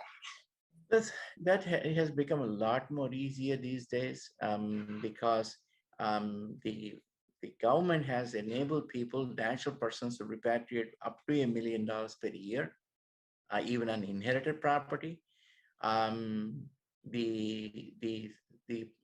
suggestion is, in fact, this is one area that I found a lot of mistakes are made. I've seen this, and let me give you a real case study so that you understand. In Chennai, somebody bought some 4 or 5 grounds of property back in the 60s or something like that, and they paid some ridiculous amount of money.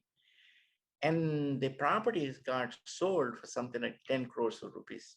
That's the value. It happened 2 or 3 years ago. What they did, the person thought, I'm going to die in a year or two. So what he did was to distribute these assets to his children and gave them two grounds or 1 ground each or something like that. Now, if the property is sold, the capital gains are now being taxed in the hands of India. In India, the capital gains, in US capital gains, unnecessary. If suppose that the property remained in the estate and the person passed away, it's an entirely different thing. And inheritances are not taxed in the United States. If you inherit the property, if you got a distribution from the estate of that person, there's no tax. But if suppose this individual calls and says, I love you, my son, I love you, my daughter, here, I'm going to give you my assets and everything, you sell, it's a taxable event. And you owe taxes to the state government, the federal government, and Indian taxation. Dumb, dumber, and dumbest. This is a real case study I went through. I said, why did you do it? Oh, my dad wanted to make sure everything is taken care of. No. So talk to advisors, talk to chartered accountants, understand people, talk to people who understand both the tax systems. We work with some firms in India that specialize in that subject. So tread carefully, but you can repatriate the money to the United States, hopefully tax-free. In some countries, the tax is paid by the estate, like in the United States. In some other countries, like in Japan, the tax is paid by the person who is receiving the inheritance. And then, depending upon the amount, they can pay up to 30-40% of the inheritance as a tax, or as a gift as a tax. So there's a difference, but you can repatriate the money in US dollars back. Okay, thank you, Andy. This is also related to the tax, Andy. So what are the tax implications if you're bringing money from your bank account in India? And I would like to know how much is allowed per year if there is certain limitation. Again, you are a US person, meaning that you're filing a US tax return as either a green card holder, as a H-1B holder, or whatever it is. You must disclose to the federal government that you actually have this bank account. It's called F-bar.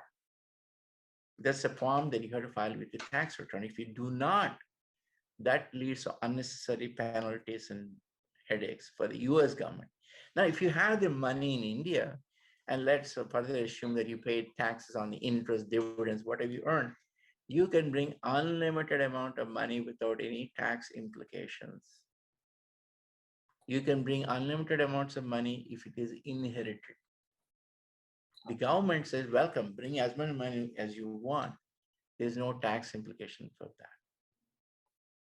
But if you did not pay taxes and you hid the property in India, you have not paid taxes on your rent, or your interest or dividends or something like that, then is the time you are getting into trouble. Okay, thank you so much, and that was very informative. And Babu Garu, over to you, Andy. Yeah, thanks, Ram Garu. I think you made a splendid job of explaining the difference between will and trust. Okay, but most of the questions are revolving around a couple of questions about children. I think this is a very important subject for us, most of the parents. The first one is, okay, when we have a trust, how do we ensure and proper management of when the trust goes to minor children in unforeseen seasons or reasons? How can we ensure the proper management of minor children assets left in the trust? I mean, you have any tidbits? This is where practicalities of life come into play. If you leave the money with, say, Bank of America or somebody else, an institution, yeah, they're there for a long time. They will be there for a long time. They have institution structures and everything else. But there's no connection to the family. The trust officer you meet today, 2 years later, you go back to your whole new team because they've gone and everything else. This is being passed on. In fact, in some cases, banks got taken over left and right, and the same bank changed its name 3 times. So what happens is normally they choose an institutional trustee, but they also choose a family trustee. The family trustee is a brother, cousin, uncle, honest gentleman who is at least, hey, what's going on? Once a year, they can sit down with the bank and talk about it and everything else. If the banks are not doing their job right after 2 or 3 years, at least this person says, hey, this family is my children, my nephew, nieces' interests are not being taken care of. So I'm going to move from, I'm using it just for the example, Bank of America. It could be any bank. I'm going to move it from Bank A to Bank B. I have seen in my practice how bad banks can get, how they would, I was flabbergasted with their behavior. So that's one thing. So there's a family trustee, there's a corporate trustee. Sometimes these so-called family trustees are not there, families pass away, whatever it is. There's such a thing called friend of the family. The friend of the family, if the circumstances arise that the family trustees are not there and this friend of the family can reappoint family trustees, reappoint the corporate trustees to make sure that the benefits go to the children. This is where it's very important to have proper trustees in play. Not everybody has the time to manage the children's trusts and things like that. It's an ongoing job. But there's some people who are well-wishers of the family would be working with the bank trust. That's what is important, but don't leave it without any guidance, whether it is be minors trust or whether it is be a family trust, maybe surviving spouse, person feels my wife is getting up in the age and she doesn't have the capability. My children may or may not be able to they're busy in their own medical practices, whatever it is. They say, okay, fine. We're going to make you family trustee just to keep an eye on the bank, just to keep what is going on. At least that much they would do. I'm not saying our children are heartless. As long as we give them a reasonable expectation, reasonable job, they will do their job. So that's why I would say a combination of the two. Okay, very nice, Andy. Thanks. And a follow-up on the same question with the children, there was a question from the audience: is it a good idea to pass an assets to children when you are alive? The answer is depends. Let me be careful on answering that question, because when you have children, they're working hard, trying to buy a house, they want to get some assistance from parents for the down payment, things like that. Our kid is going to college. If you don't help them during their life, when is it that you're going to help? After you pass, and they may inherit a lot of money, but has it helped in a timely manner for right reasons. That's where I would say that yes, that the family works together and monies are given. That's one aspect of it. There's where is a good situation. At the same time, we are coming across situations where substantial amount of money is going to be left given. And we're talking again, just I'm just bringing the concept, not to try to belittle anybody, but I'm just saying this is an issue that's coming. 20, 30, 40 million dollars inheritance. Now the children themselves are very successful. Now the money is going to the grandchildren, great grandchildren. Free money handed down to people is one of the biggest demotivating factors in life. It is equivalent to handing a bottle of poison to a young person. That's the reason why a lot of times families educate them, train them, get them involved from the beginning, give them the value of the money. Sometimes they create charitable foundations and say, hey, work in the charitable foundation to further this cause. The greatest example of this concept is none other than Rockefellers. 100 years ago, John D. Rockefeller gave most of his wealth to the Rockefeller Foundation. He was the first richest man on the earth. And he created, and he said to the children, I want you to work in these Rockefeller Foundations. Not that these guys became good for nothing. One became Nelson Rockefeller, was the vice president for the United States. David Rockefeller became the chairman of the Chase Bank and everything else. But teaching wealth, how to handle them right from the beginning is a responsibility to the parents. And it is, if you leave them and never teach them that, you are also laying the foundation of destruction. In those situations I've seen, wealth not surviving the third generation. Very valid point, Andy, and thank you. Sunita garu, go to the One next. second, Andy. Ram Garu, we still have a lot of questions. What do you say? Please. Oh, okay. I'm ready. I'm looking forward to more questions. I just want to say, like, whether we stick to like a debt management versus retirement. What do you say? Oh, you better go for both. Come on. We can go for both. Then let's have continue fun. then. Okay, as long as you are energetic to answer the question, Absolutely. we are ready with a lot more questions for you. And you have then pull me out of the stage anytime. No problem. I'm go ahead, ready. Sunita Garu. Then Ram Garu is ready. Go ahead. Okay, Nani. Thank you, Sridev Garu. Ram Garu, at what age should the mortgage be paid off? Have no debts? Ideally, what happens is this question has something to do with the health. Wanting to work versus being able to work versus having to work is very different. Now, in our 40s and 50s, nobody cares about health, everything hunky-dory, we're doing very well, yada, yada, and all that. So we have the ability to take the mortgage. The moment a man or a woman crosses the 60, I'm not suggesting anything terrible, but still that element enters into the picture.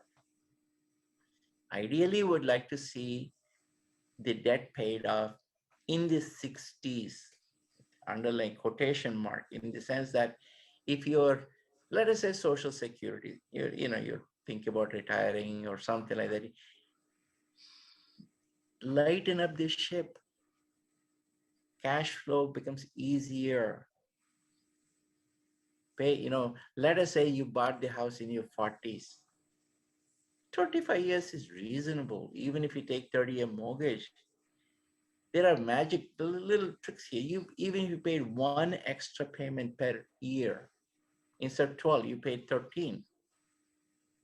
The debt 30-year mortgage gets cut to something like 15, 18, 20 years, depending upon how much principal you're sending. So use these painless techniques instead of saying, I'm going to go to the bank and I'm going to pay off this mortgage and something. Be proactive, but try not to have home mortgage, home equity lines of credit. Once your social security, the ideal time would be when you reach your social security full distribution retirement age. That's a good milestone for both the spouses to say, hey, we don't have to worry about mortgages, kids' education is taken care of, we have some retirement. Whatever we have, we have. We can live in our house, we don't close the door, we live our life.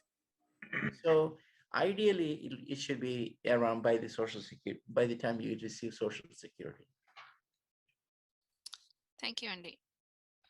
Shakil Garu, Yeah, do you want to? yeah, we continue చేయండి Smriti గారు.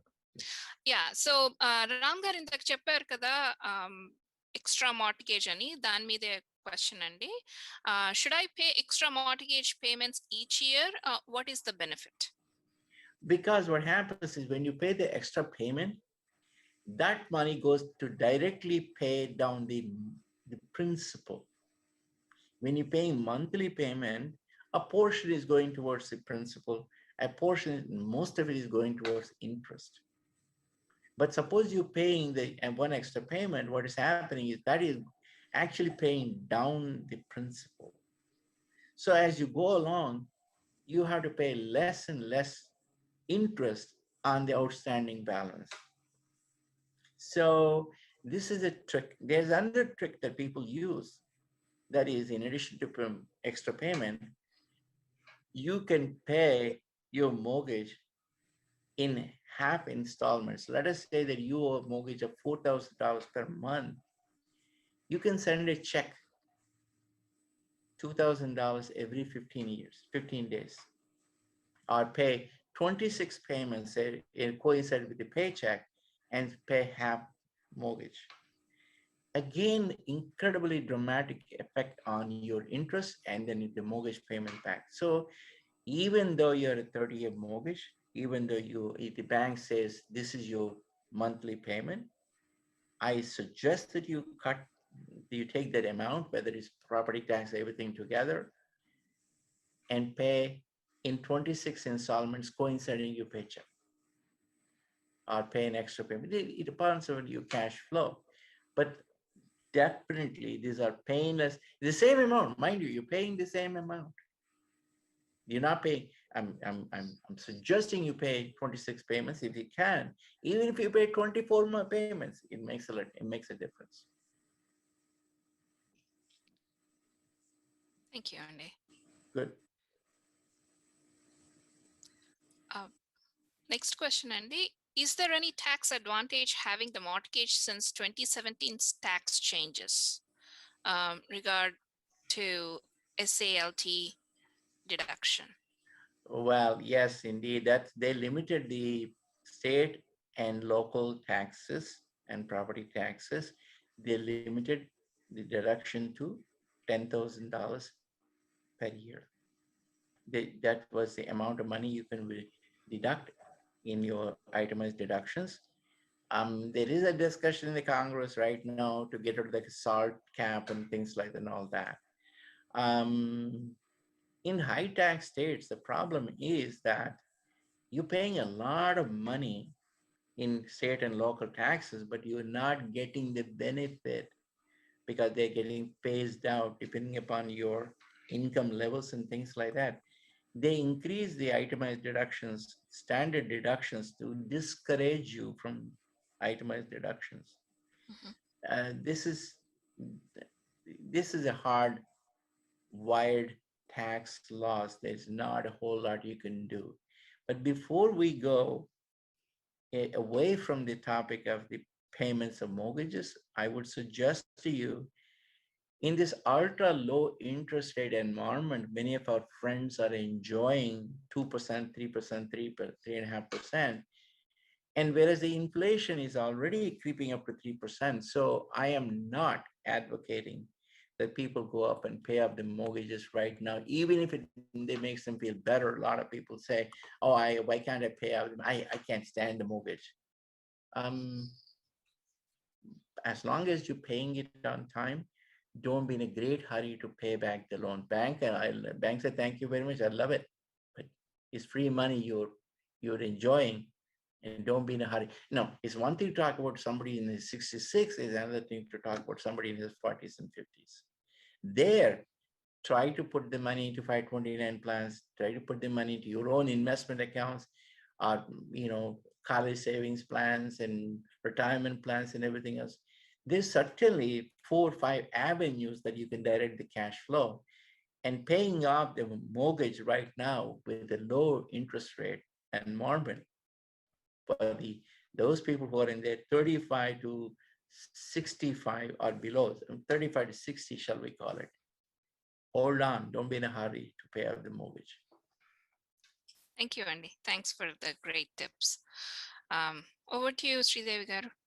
Thank you, Ram garu. Another couple buckets we might cover within another 10 minutes or so. I know these topics also needs longer sessions, but let's see how we do it. Like when it comes to insurance and the retirement planning, let us see how much we can cover in those buckets. Jyoti, do you want to start with insurance, Jyoti? Yeah, sure, Sridevi. So Ramgar, I have a question in the life insurance and disability insurance parts of it. So when we do the family financial planning, how much coverage is needed? See, today what's happening is that, let us say that, wife and husband are there, young children are there, 2 children, just a hypothetical family. Now, further assume that they're living in Northeast, call it Piscataway, it's next door to us. To maintain a middle class intellectual lifestyle, it is costing a minimum $60,000 after tax, or say $80,000 pre-tax. $1 million portfolio normally can give $40,000 of income per year without touching the principal. That's a normal distribution. So this is called the 4% rule. So to generate that income, you need $2 million. So this is the kind of things that one should understand, that if the living, the main income earner in the family is not there, and the surviving spouse has to take care of the children or something like that, you no longer say, oh, I have a $500,000 insurance. You have to work backwards. And the insurance, term insurance costs have dramatically come down because of the mortality rates have gone down, life expectancy rates have gone up. And today you can buy this term life insurance, level term fixed premium policies at a very reasonable cost.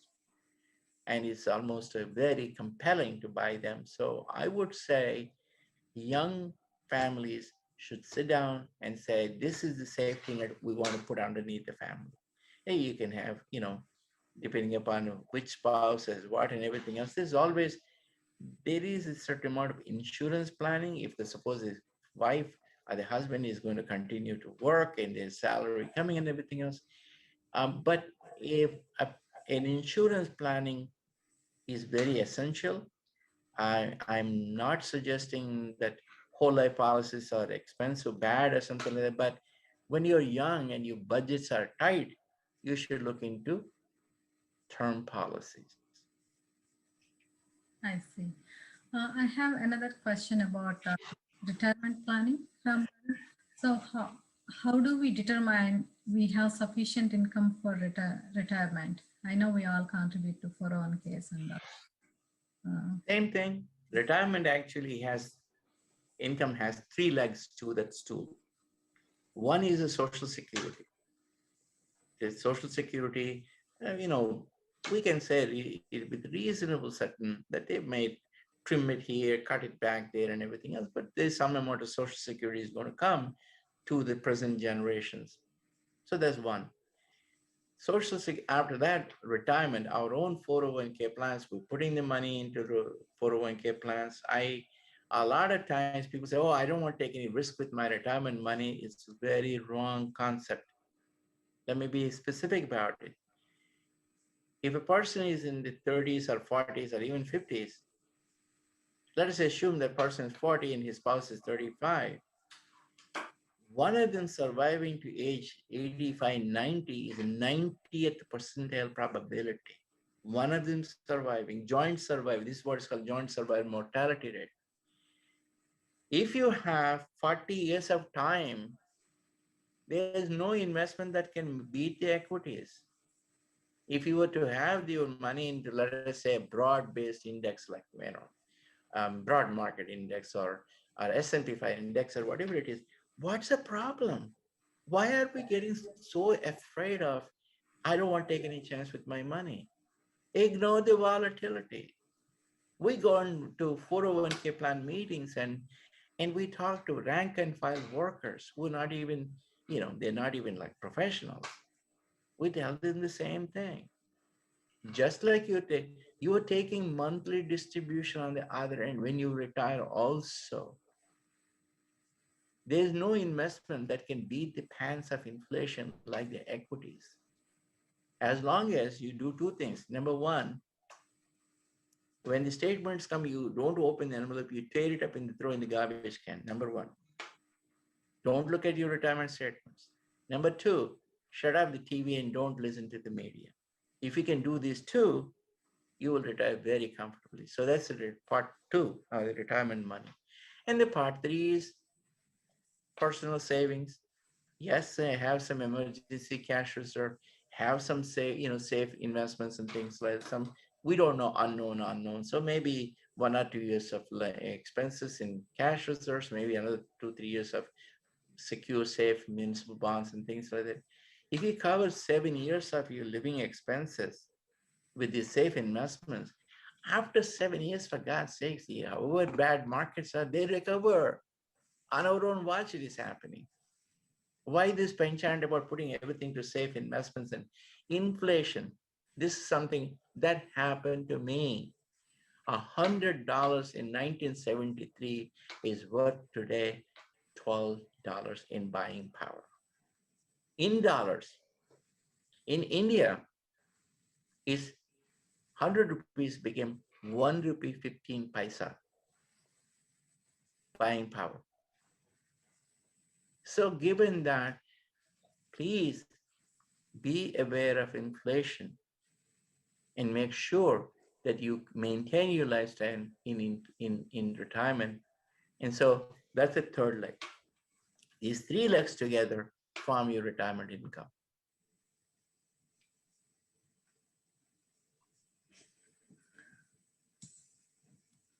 Thank you, Jyoti Garu. So, Ram Garu, let's talk about the most dreaded topics, and one of the most dreaded topics for our members, which is the big social security. So, మనం చూస్తున్నామండి రామ్ గారు, every day trillions are being handed out by Washington, and the question being asked is, given all the debts and deficits are going, will there any money be left to really give a social security? So having asked that question, and when the coverage are already, if something remains in that bucket, when should somebody start actually drawing from social security? Later the better, earlier the better? First, let's address that question about United States government going whatever the financial trouble and all that. The truth is, you and I, we have seen our watch. We know the times when we used to have rotary telephones. We were thrilled that we have a touch-tone phone. We never heard of a thing called internet. When the cell phones were introduced, they were the size of a brick. And today, what is happening, you're living in the greatest economy in the world.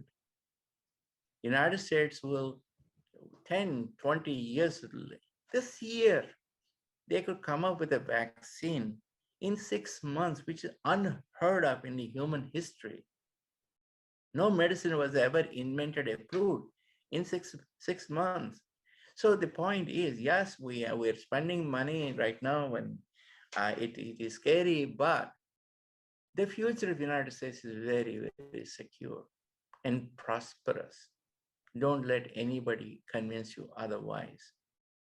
Yes, What will happen is, it's a very high probability that the Social Security will get means tested.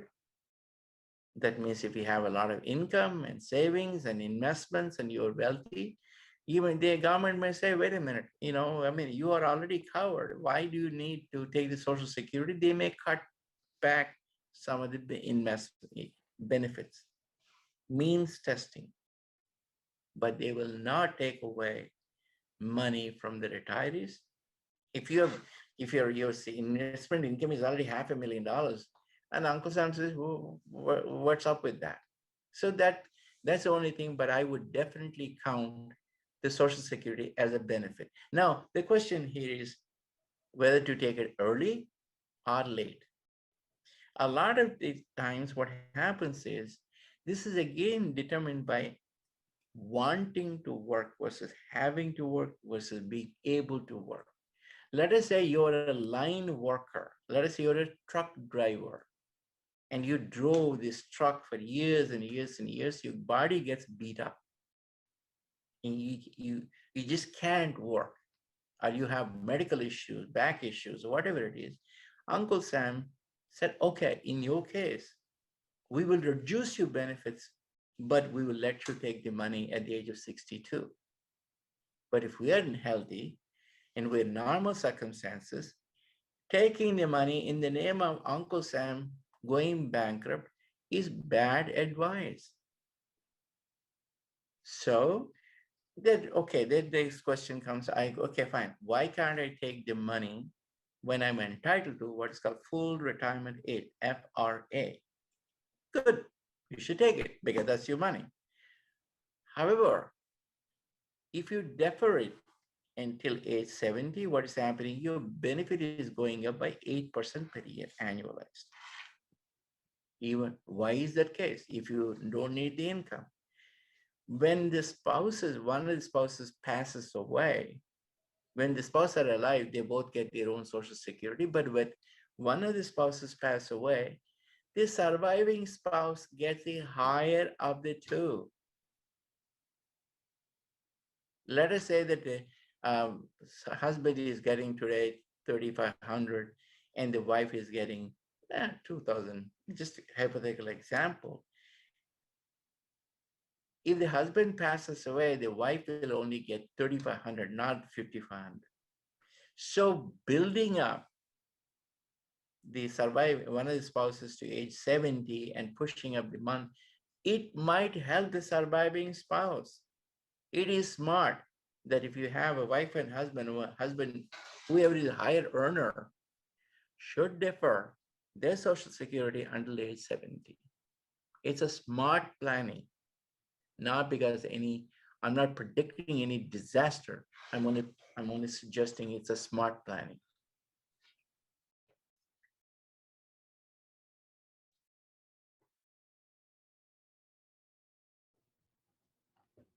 Ravi Garu? Just to follow up, you already covered the 50%. Is when no longer, so you already covered the first task that they pass away. What happens to both spouses passed away? What happens to Social Security? That ends. Social Security ends with both the spouses unless the children are minors. If let us say if the parents pass away and the children are minors, then there is a benefit to the children until they're age 18. Excellent. Thank you, Ram Garu, as always. Okay. Thank you, Andy. Ram Garu, this question is on extended longevity of life, Andy. Like as you told in the beginning, like so many people are celebrating nowadays the 90th birthday, and the life is extending because of the healthier habits and also the advance in medication, everything. And should I worry about the ever extending longevity of life? And because, this is in the financial circles, even at the global level, the United Nations level, this is a big debate. That is, will I run out of my money by the end of my life? Is there enough money to pay for? And is there, because the other issue there is inflation. Life is extending, but inflation is going up. So in other words, the resources to live on are getting tighter and tighter. One, two, earlier Ravi Garu's question, I'm going to bring it again because these are the things that keep me up at night. There's a reasonable probability that they will means test Medicare. They're already making me pay higher premiums because of higher income, whatever it is. Yet, to me, that's a bargain. If I'm paying Uncle Sam, say, $500 per person, something like that, it's still a bargain. What if you went into the hospital and the hospital bill is $200,000? Uncle Sam says, I'll pay 25%, but you have assets. So you pay 150. That's a horse of a different color. I am suggesting that there is a probability in the next 15, 20 years that means testing may come into play and assets could be consumed as end of life care. These days, last 90 days of any person in the United States today on Medicare is consuming more than 50% of the entire Medicare dollars. So given that longevity is an issue, end of life is an issue, inflation is an issue, and so given that, see what happens is the downside of all this is impoverishment of the surviving spouse or, or, or living conditions. We are people with modest expectations. It's not that we have to somehow live in, but still, that's the time parents, grandparents want to give something to the grandchild and everything. These are all challenges that'll come your way. Longevity is an issue. Thank you, Andy. Yeah, end of life care, you told like, should I worry about that also, the end of life care cost of my spouse and me? Absolutely. If the means testing for Medicare comes into play, it'll eat into the family's wealth. And today, one of the ways, even if it doesn't happen, let us say this Ram is crazy, he's thinking about all these things and all that, even if it does not happen, physically helping a human being when they're in the bed or something like that, spouses can do it, whether it's wife or husband, to pick up a body and take them to the bathroom, give them a bath, is not a picnic. So given that, more and more care is going to happen at home. Home care, nurses will come home, they will help you to and everything else. I want to say something else with all utmost respect. There is no India for us to go back to. We can go there, with loving family and everything else. If we are somehow imagining that we will go to India and then there are people and institutions to take it, they got their problems. So plan for here and now. So given that, getting long-term care policies, they become very expensive, unfortunately, because their own miscalculations and all that, but still, nevertheless, look into long-term care when you're young and healthy. If you want to start talking about long-term care when you're 60s, it's too late. Suppose you have $100 a day benefit. At least you can cover some. Medicaid does not pay for anything, any medical care at home. Remember that. So given that, long-term care is certainly, long-term care policies are certainly in the mixture. Thank you, Ram Garu. Thank you. Ram Garu, I know we do have some more questions, but it's session is getting longer. What we can do is, how about let's do this one. We can collect all these questions and send it to you. and we can have publish these answers to these questions in our Telugu Jyoti. Then we will distribute to the members. In the meantime, there are a couple more questions that came in while the session is happening. So I rather have those questions answered on the Telugu Jyoti. That way we will have, just you all know, the TFAS has the Telugu Jyoti bi-monthly magazine, which we share with the members. In that, this year we started financial articles written by Ram Garu. So we are covering some of the topics in there, as well as whenever we do these sessions, if we have the questions, we just ask Ram Garu to cover in that article. As I already mentioned to everyone in the beginning of it, the 10 questions for everybody to go through it, we will be sharing with it.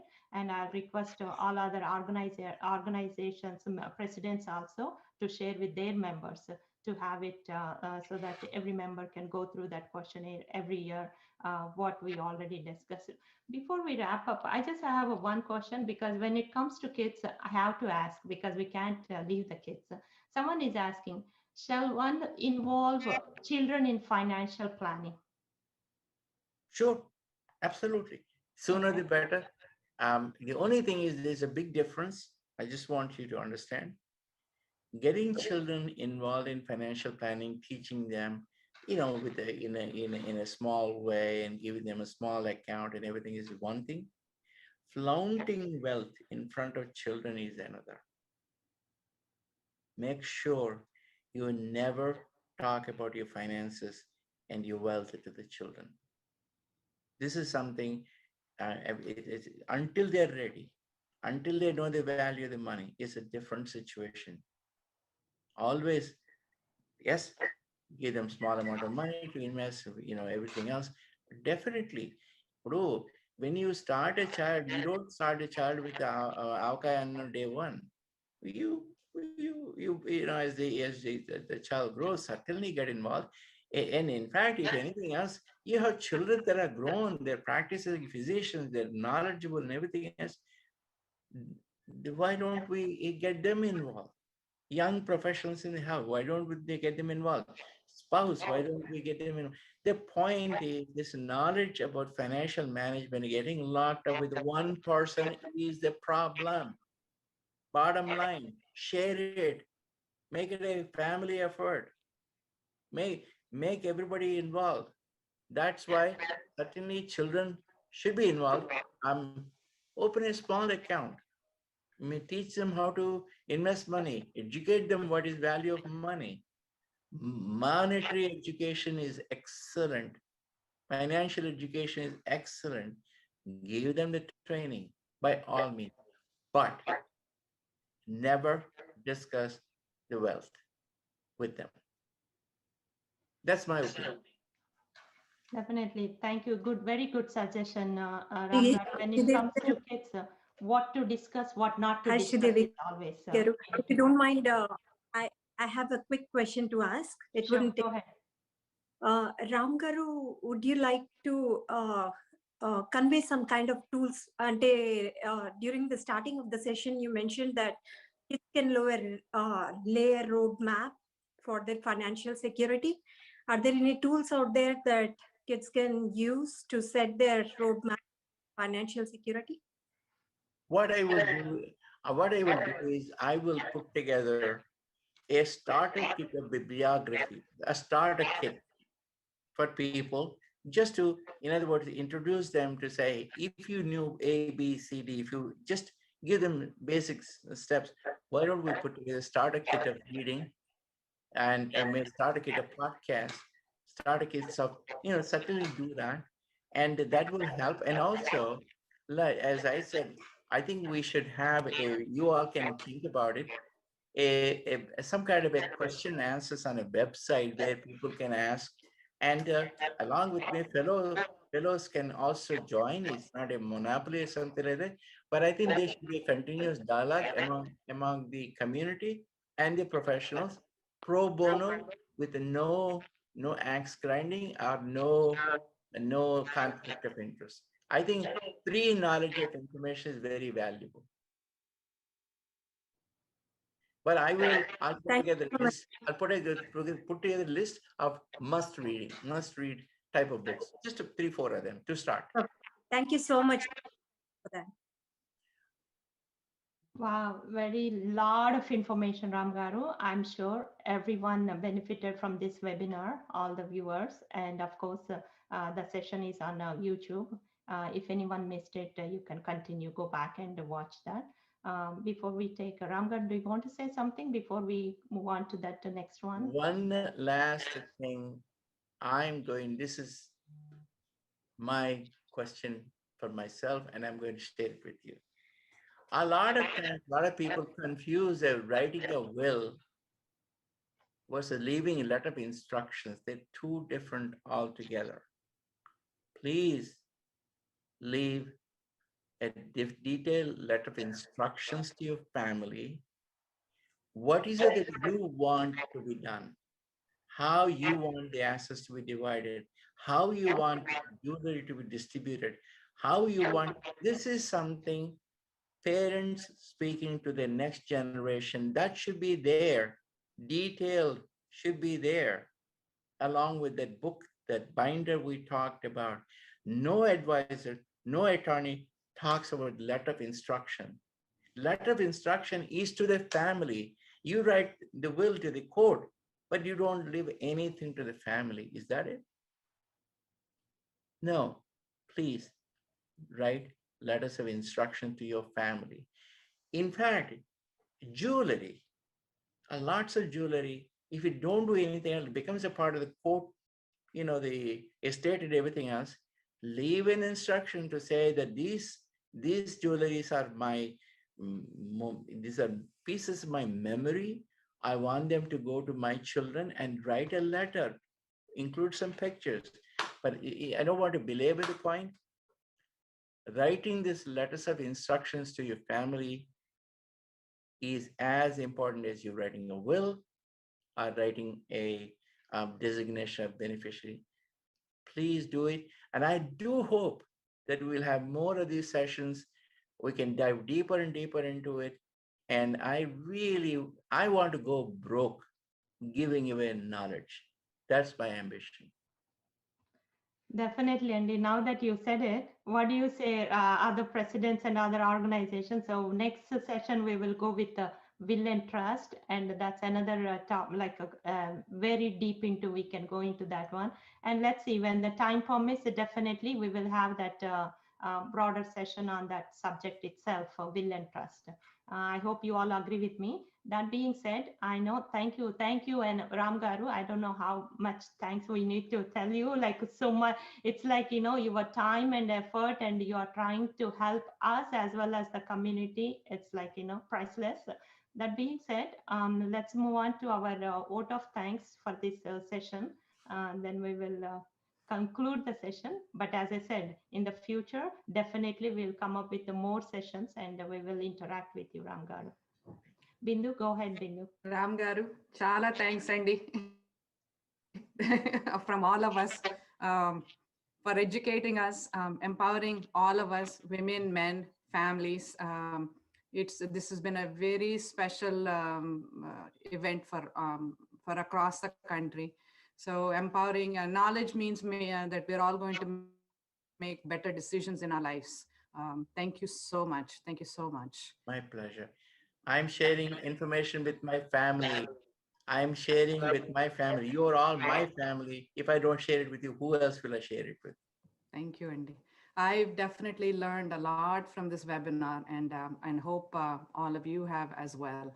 I'm actually one of those who gets involved in my family finances. Aina kani, I've learned a lot of terminology: trusts, wills, probates, letter of instruction. There is and manaki andarki kuda homework icharu 10 questions though. So after this, we're gonna have to go home and stay home and do homework, right? Thank you so much, Andy. So during even sad times lo aina konni manchi things avutayi antaru. Alage ma organizations andaru kalisi memu in-person programs చేయలేకపోయినా కానీ What a wonderful thing that has come through is that we were all, four of us, four organizations have come together and come forward and put a wonderful event for our Telugu community. Just very proud to be part of this.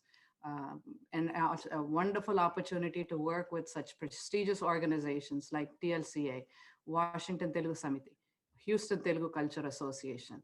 Special thanks to Uday Garu, Jay Prakash Garu, Nehru Garu, Babu Garu from TLCA, Shakil Garu and Sunita Garu from Washington Telugu Samiti, Geeta Garu and Asha Jyoti Garu from Houston Telugu Cultural Association, Sridev Garu and rest of our team from TFAS for all of us for putting a wonderful organization program. We were able to work across the country and bring something. Doctors Without Borders and Vinnan kada, Vinna mana. So this is Telugu Without Borders. Wanted to acknowledge Sridhar Chillar Garu from Mana TV, who had given full support, provided this program live for both on Mana TV and TV5. And thank you to all of you who have sent in their questions and watched this program live. I hope it was valuable as it was for us. Until next time, Dhanyavadalu. Thank you. Thank you for thank you for the opportunity. I enjoyed as much as you did. Thank you. Thank you, Andy. 1 second, everyone. Anu, you can stop that live now.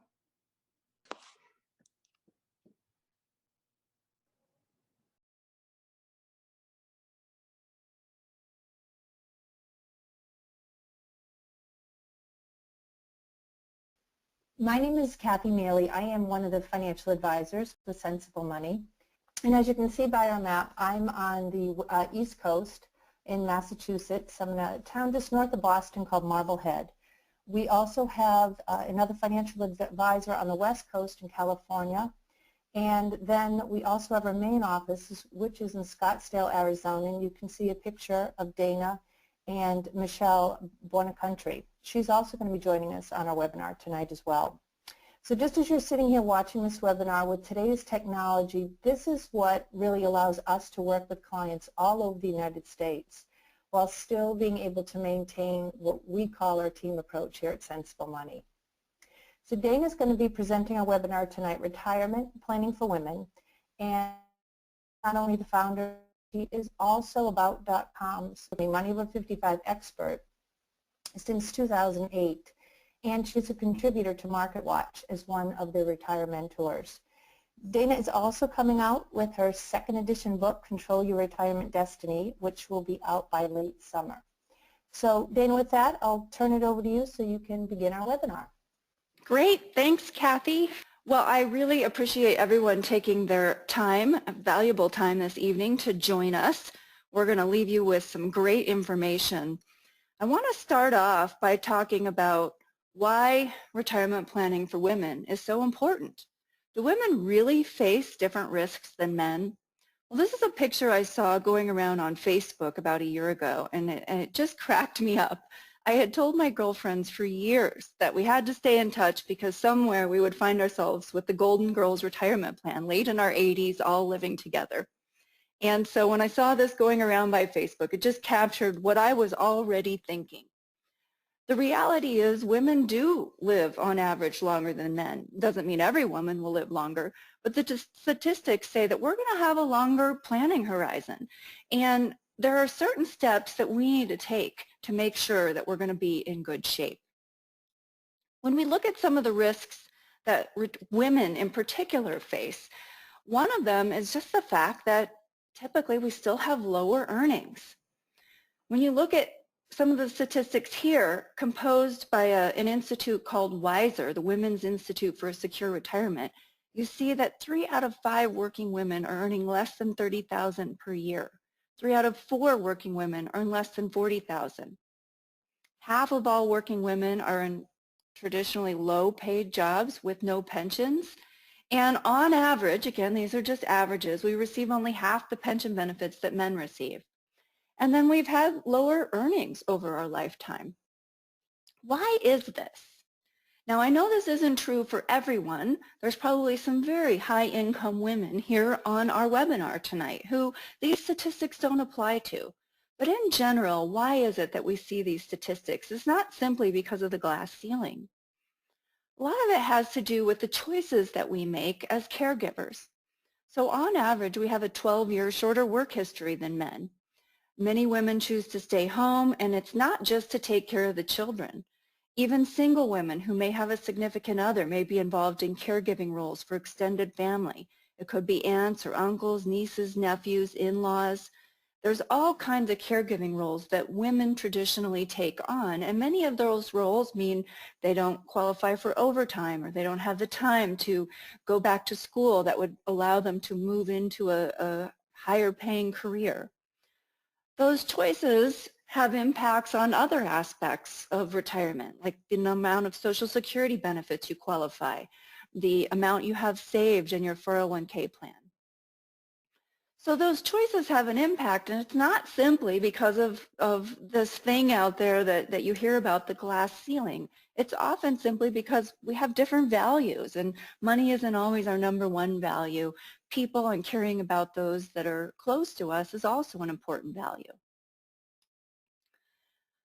Trying to bring those values into play and coordinate them with the financial decisions is one of the critical things that women need to do. Because of the lower earnings and less time in the workforce, 40% of elderly women have virtually no income other than Social Security. Those are often women who stayed home to raise the children, never went to college, or if they did, they were out of the workforce for so long that they couldn't really get back into a good career. We are more likely to underestimate our life expectancy than men.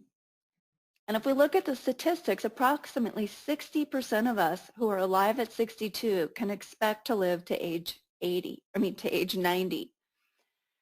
Women on average tend to do their planning and look about 10 years out. And when you're thinking about retirement, that planning horizon needs to be much longer. We need to say, well, what will happen to the 82-year-old me? What kind of situation will the 90-year-old me be in? This was another story I saw floating around on the internet out here on the right-hand side. South African woman celebrates 100th birthday with a skydive. Now, I have actually been skydiving 3 times. It is rough on your body. So, you know, when the parachute goes off and it jerks you in your harness. So I can't even imagine being 100 years old and taking that on, but she did. So you never know what adventures are in store for you. But if you want to continue to have adventures, or even if you don't want adventures, you just want to know that you're going to be comfortable and secure, planning is going to be critical to make sure that happens. When we talk about caregiving roles, the other decision that women focus on a lot is that decision to be single or married, stay married, get divorced. And those decisions have a huge impact financially. There are 3 areas that I want to specifically focus on in relation to the I do or I don't decision. The first is taxes. The second is Social Security and pensions, and I'm grouping them together because they both provide guaranteed income for life. And the third is estate planning. So there's a big distinction between taxes for singles and married. And there are many studies that show that retirees underestimate the impact that taxes have on them. That taxes can actually be an expense that's even larger than health care. Now, many of us are concerned and we read stories about the cost of health care and retirement, but we don't really think about taxes. And where that can come into play, you may have seen a standard rule of thumb called the 4% rule floating around out there. And it says, well, on average, you can withdraw about 4% of your retirement assets per year and have that reasonably be expected to last for 30 years. Well, that's a great example of a rule that isn't considering taxes. If that 4%, let's say $4,000 you're withdrawing per $100,000 of savings is coming out of an IRA or a 401k, you're going to have to pay taxes on that. And so 25% of it or even more may have to go right to Uncle Sam, which means after taxes, you're only keeping $3,000 of that $4,000 withdrawal. So taxes have to play a role in the retirement planning and they also play a role in the marriage decision. And whether you may be contemplating getting married, getting divorced, or one of the biggest risks that married women do face is they're very likely to find themselves to be a widow later on. And so you could be at married tax filing rates today, but find out that later in life you've shifted over to the single tax filing rates. So let's look at the impact some of that can have. Here, what you're looking at are the 2016 tax brackets. And for the first $9,275 that a single has of taxable income. Now, taxable income means you have all your gross income that comes in, and then you get to take off your personal exemptions and deductions or itemized deductions if you itemize, and that leaves you with this taxable income number. This first amount of taxable income, single or married, is taxed at a 10% rate. Any dollar that falls over $9,275 but up to this $37,650 is taxed at 15%. So when you cross over into a tax bracket, it's not that every dollar is suddenly taxed at the next higher bracket, but only the dollars that fall in this range are. But here's something interesting about the tax code. If we take the single number times 2 at the 15% rate, it equals the cutoff between the 15 and the 25% bracket for marrieds. But as you start to move into higher brackets, that's no longer the case. So 91,000 times 2 is over 180,000. What that means is 2 high-income singles who get married are likely to end up paying, or you know, there's certain places where they could pay even more taxes if they get married than if they had stayed single. And in some cases, I had calculated for 2 people, let's say they were each making $190,000 each, 2 high income earners, and they get married. Their combined income is now going to be $380,000. If they had stayed single, they're actually going to end up, by being married, having an extra $149,000 that's being taxed at an extra 5%. That's a lot of money. That's $7,450 of extra taxes just because these 2 high-income earners chose to get married. Now, there's a second tax that can kick in. High-income earners have phase-outs. And a phase-out is where you begin to lose your itemized deductions. So MAGI is what's called modified adjusted gross income. And as a single, if your modified adjusted gross income is greater than $259,000, you may start to lose some of your exemptions and deductions. But once again, that married cutoff is much lower than 2 times the single cutoff. And so marrieds can find themselves, high-income married couples, paying a lot more taxes than if they were single. We have an actual client we did this calculation for, and if they get married, they would pay about $35,000 a year more in taxes than the way they're doing it now, which is by cohabitating. So there is a decision where taxes, if you're a single high-income earner or you find yourself divorced and you're contemplating getting married again, there's a reason where you might say, not yet. Not while we're both in our high earning years. Maybe financially that's not the best decision. That's one way the tax brackets can impact that I do or I don't decision. Another thing that can happen is when you're retired, you may find that you have IRA distributions and Social Security, and you're going along and you're in the 15% bracket, but suddenly you find yourself single, one spouse passes, and you can instantly find that you are suddenly in the 25% bracket. Now, there are certain strategies that we can talk about that are particularly beneficial for women because they have better tax advantages later on. And so for women, using those types of accounts and those types of strategies, such as the Roth IRA, can be more beneficial should you find yourself as a sole surviving spouse. So there's another way that the tax brackets can impact the way that you do your planning. There's one additional tax, the net investment income tax, that also impacts high income earners. And so once again, the cutoff for marrieds is $250,000. So if your income is greater than $250,000 for marrieds, this tax can start to apply.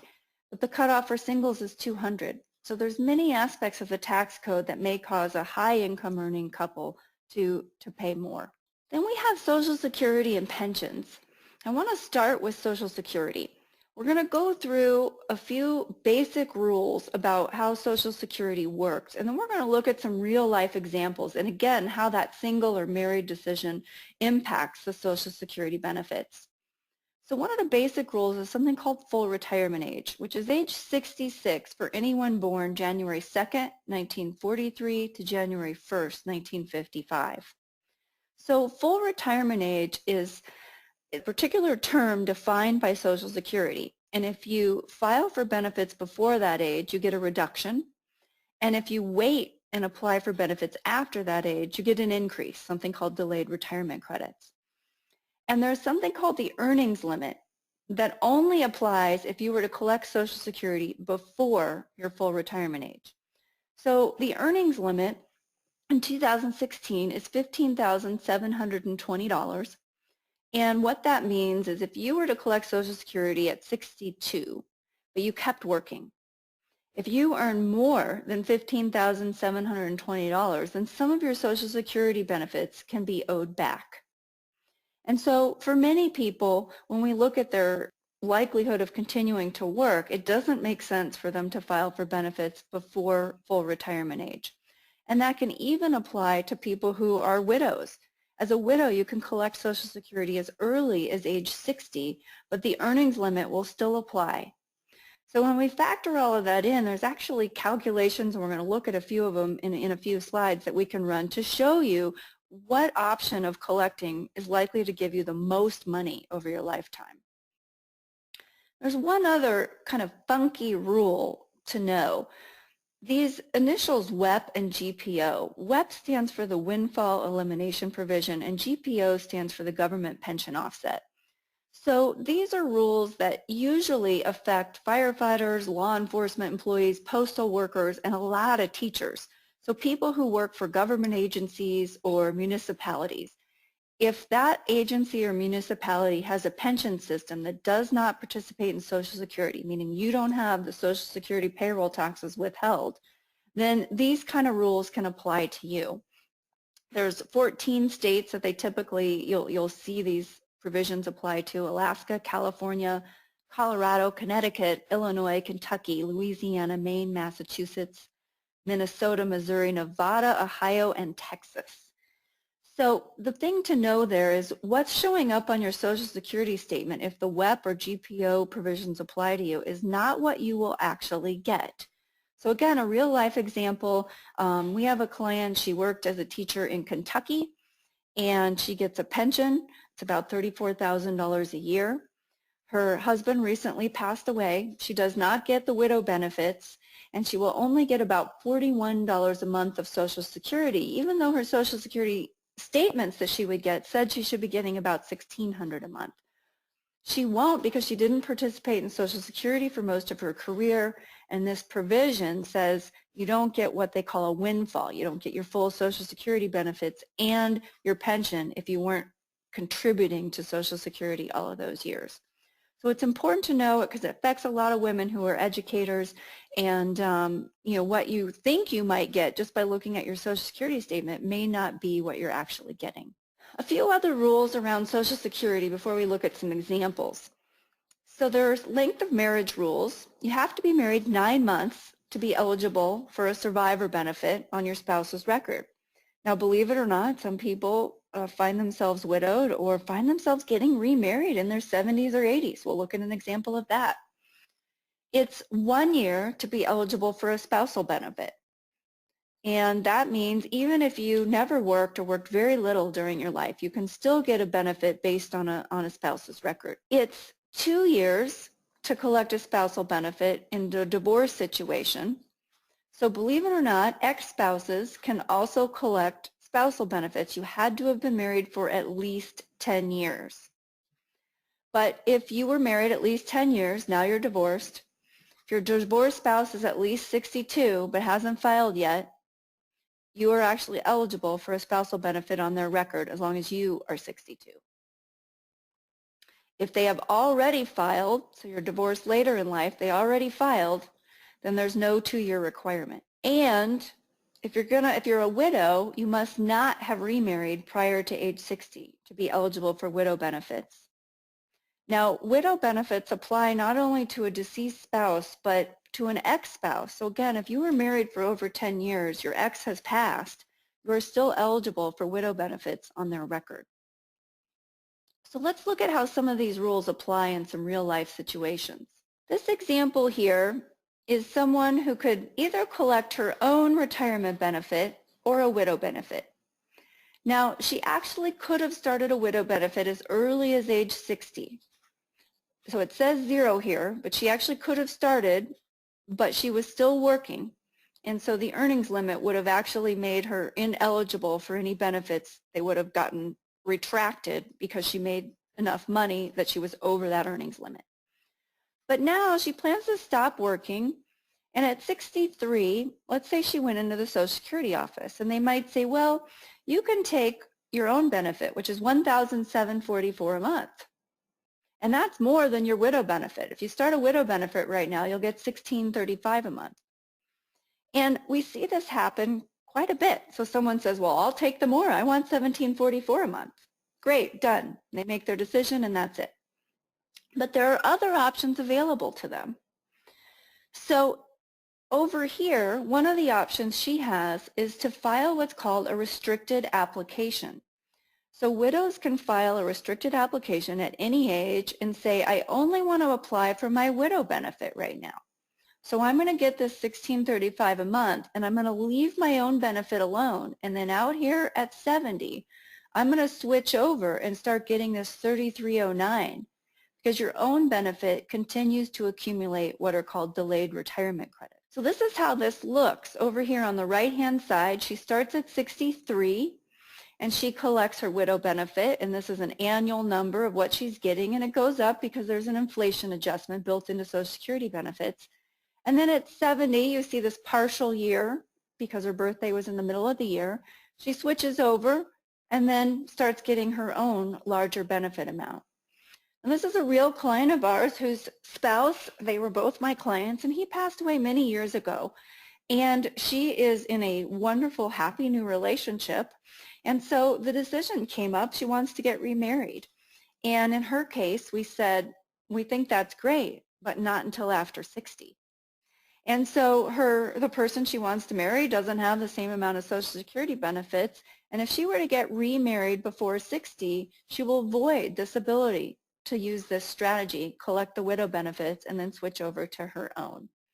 So there's a case where, again, the Social Security decision impacted, well, should we get married or should we not? And financially, the answer was, yeah, absolutely, but not until you're age 60 or older.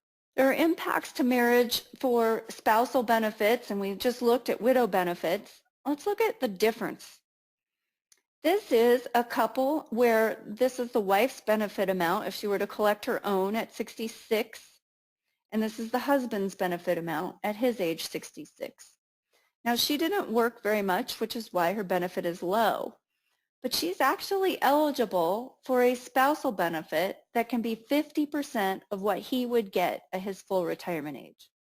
His full retirement age is 66. So she can get half of this $2,645. So just over $1,300 a month is what she'll actually get, not this $403.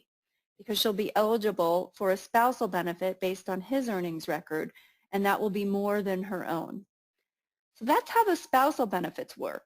Now, she's eligible for half of this amount, and it will then go up with inflation, but as a spousal benefit, she can't ever get more than half of what his age 66 benefit amount was. So if there's no benefit to her waiting till out here and then collecting a spousal benefit. It's to her benefit to start right at her full retirement age. Widow benefits are different. At any time that he should pass, she will begin getting this dollar amount, whatever this larger dollar amount is the widow benefit. So whatever he was getting is what she will get. And the spousal benefit at that point would go away. These spousal and widow benefit options apply to exes too. And that's something that we often see overlooked as people simply don't know. So for those of you who have other women you know who are divorced or have a previous marriage that was over 10 years, you want to make sure that they are aware of their ability to file for spousal benefits. Here's an example of someone who is divorced and their eligibility for a spousal and then a widow benefit. So in this case, there are some new laws that were passed in November of 2015 related to Social Security. I actually have a book out called Social Security Sense where I cover all of those new rules. One of the rules says that as long as you reached age 62 on or before January 1st of 2016, you as a spouse or ex-spouse can also still use this restricted application provision. So this particular person was definitely 62 by 2016. She was 62 in 2013. She is single, but she has a previous marriage that was over 10 years in length. So she can file a restricted application once she reaches her full retirement age. Can't do it before then. A widow can at any age, but for a spouse or ex-spouse, you have to be full retirement age to use this restricted application. And she can collect these spousal benefits and then again switch over at her age 70 and get her own higher benefit amount. Now in this projection, notice what happens down here. When her ex passes, in her case, her ex is alive and well, but we had assumed that he passed away in his 80s. And when he passes, she will actually then switch over and be getting a widow benefit on his record.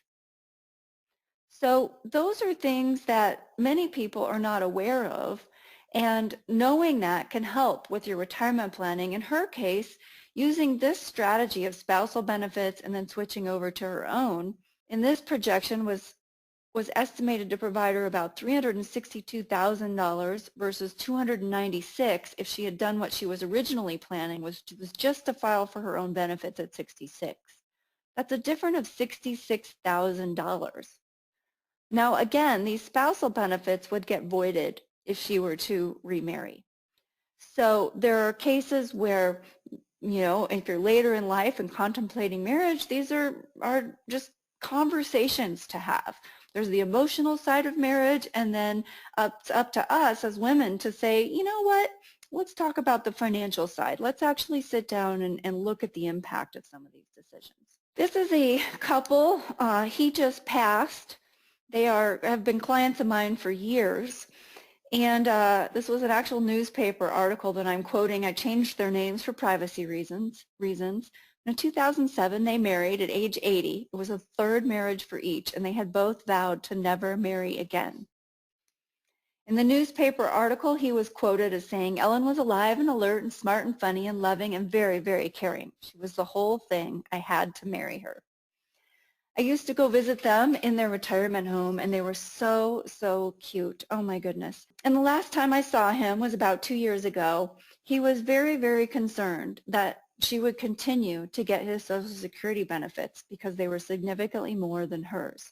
And the fact that they were married and had been married at that point for well over 9 months meant that absolutely she would continue to get his benefits.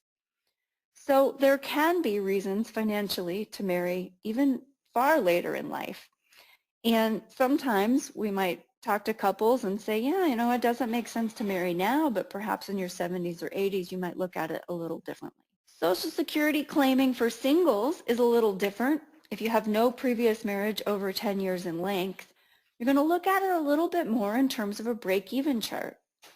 So this break-even chart is comparing the very earliest you could collect, which is 62, with an alternate strategy, and then this alt 2 actually is collecting at about 66 full retirement age, and then the blue strategy was collecting at age 70.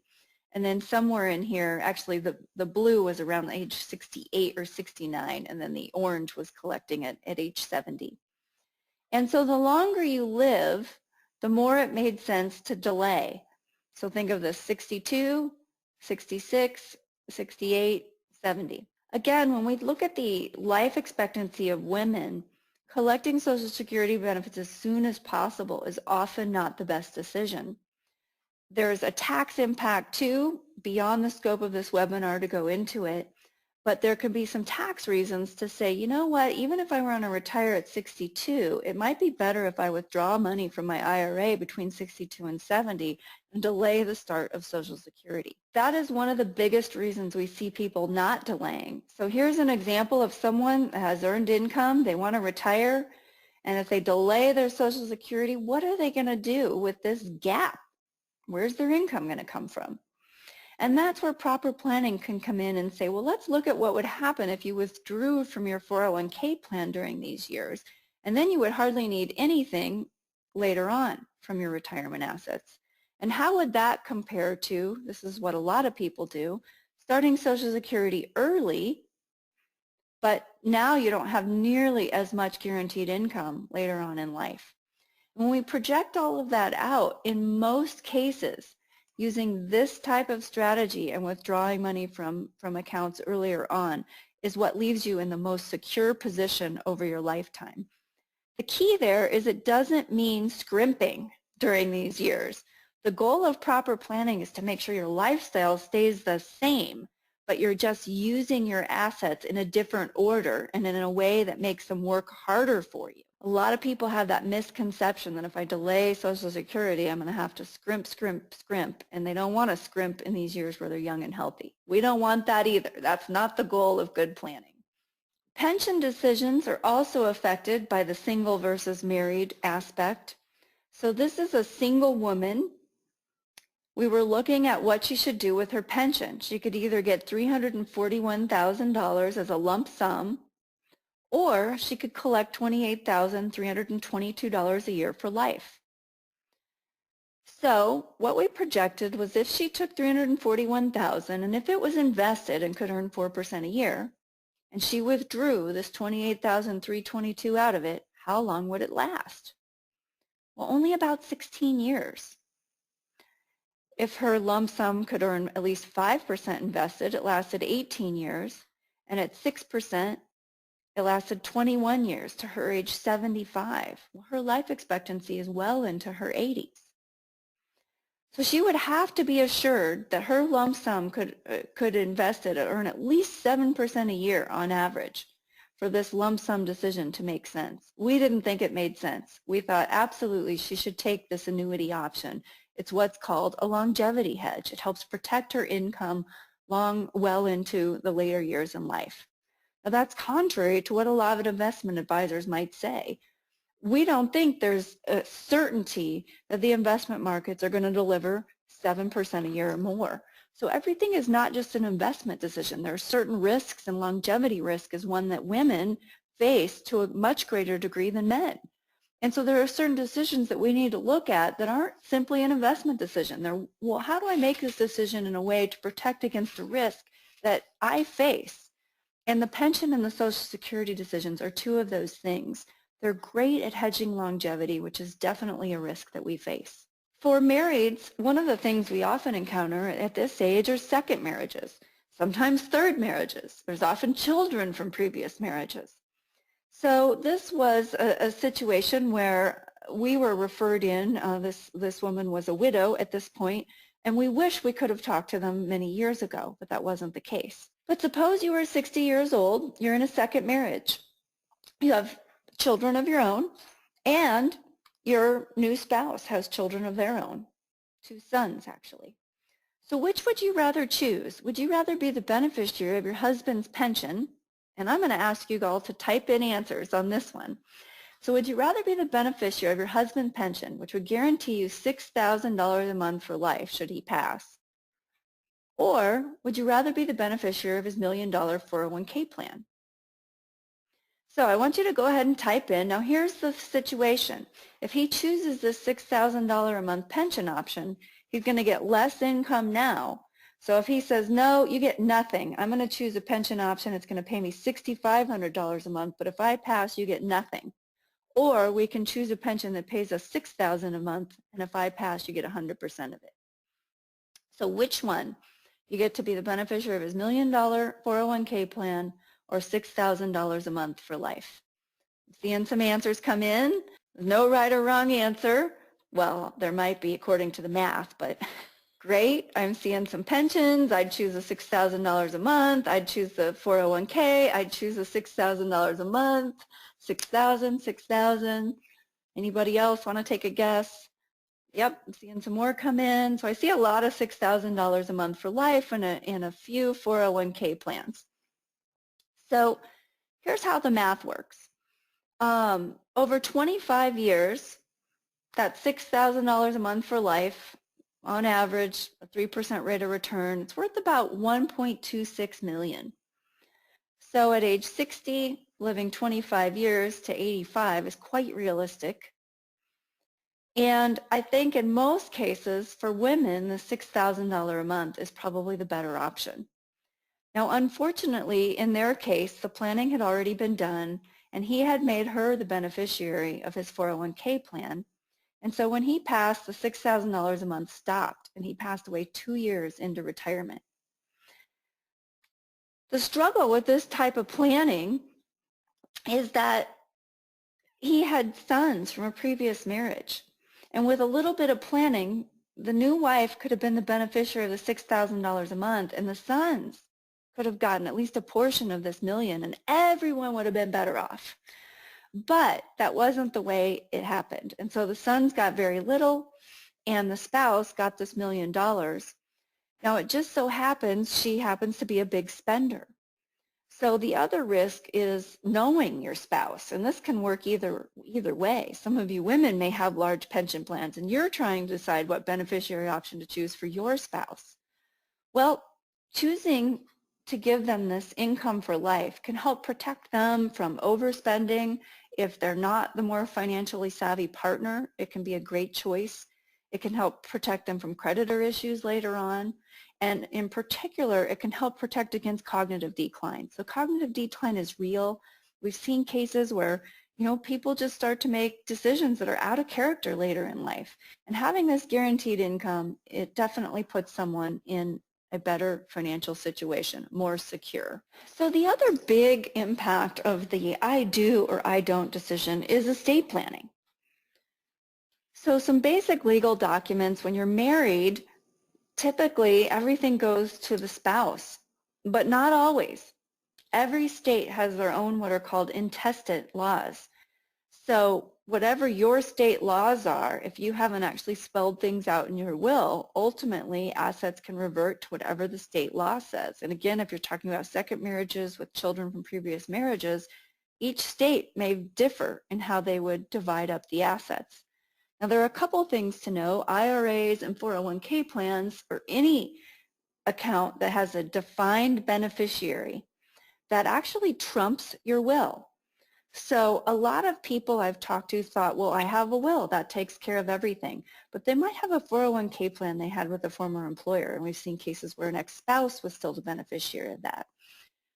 The will only covers assets that aren't otherwise titled in a particular way. So if you have a joint account with someone, the titling that joint account trumps the will.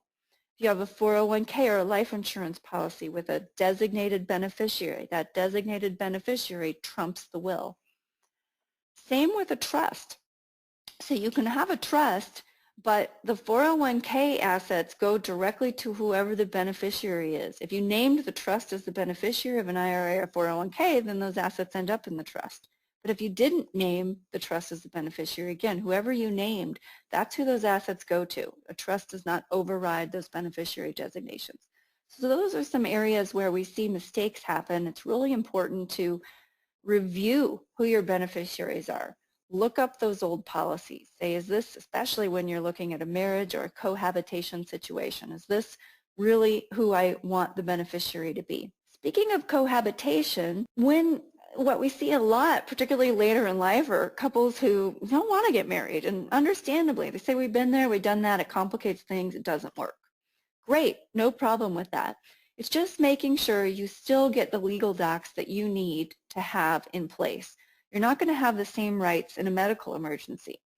You can sit down with an attorney and get some documents in place so that you do have those same rights. Sometimes one party owns the house, so there are certain trusts that can be set up. We've seen cases where couples weren't married, but they might set up what's called a QTIP trust. It's a funny term, but it means qualified terminable interest property. So one spouse might say, you know what, I own this house, but I want you to have the right to live in it for 10 years or at least till the end of your life. And then when you pass, it will pass along to my children. So there's certain documents you can get in place to make sure that that someone that you care about a lot and that you live with still has rights and can be comfortable if something happens to you. You don't have to get married to make sure those things happen. Some other considerations, inherited assets. So later in life, during retirement years, many people find they're inheriting assets from their parents. It's important to keep those assets titled as sole and separate property. So you don't want to commingle those assets in a joint account with a spouse. Those assets are protected, they're yours, and should a divorce situation ever come about, you want to make sure that you preserve that sole and separate property status on those assets. There are also community property versus non-community property states, and that can affect your estate planning if you're married. And then there are some states that enforce this common law marriage. Each state can vary in their definitions of that. So I lived in Colorado for 7 years, and there, if you lived together over a certain amount of time, the state just assumed you were married, and a lot of the rules that applied to married people automatically applied to you.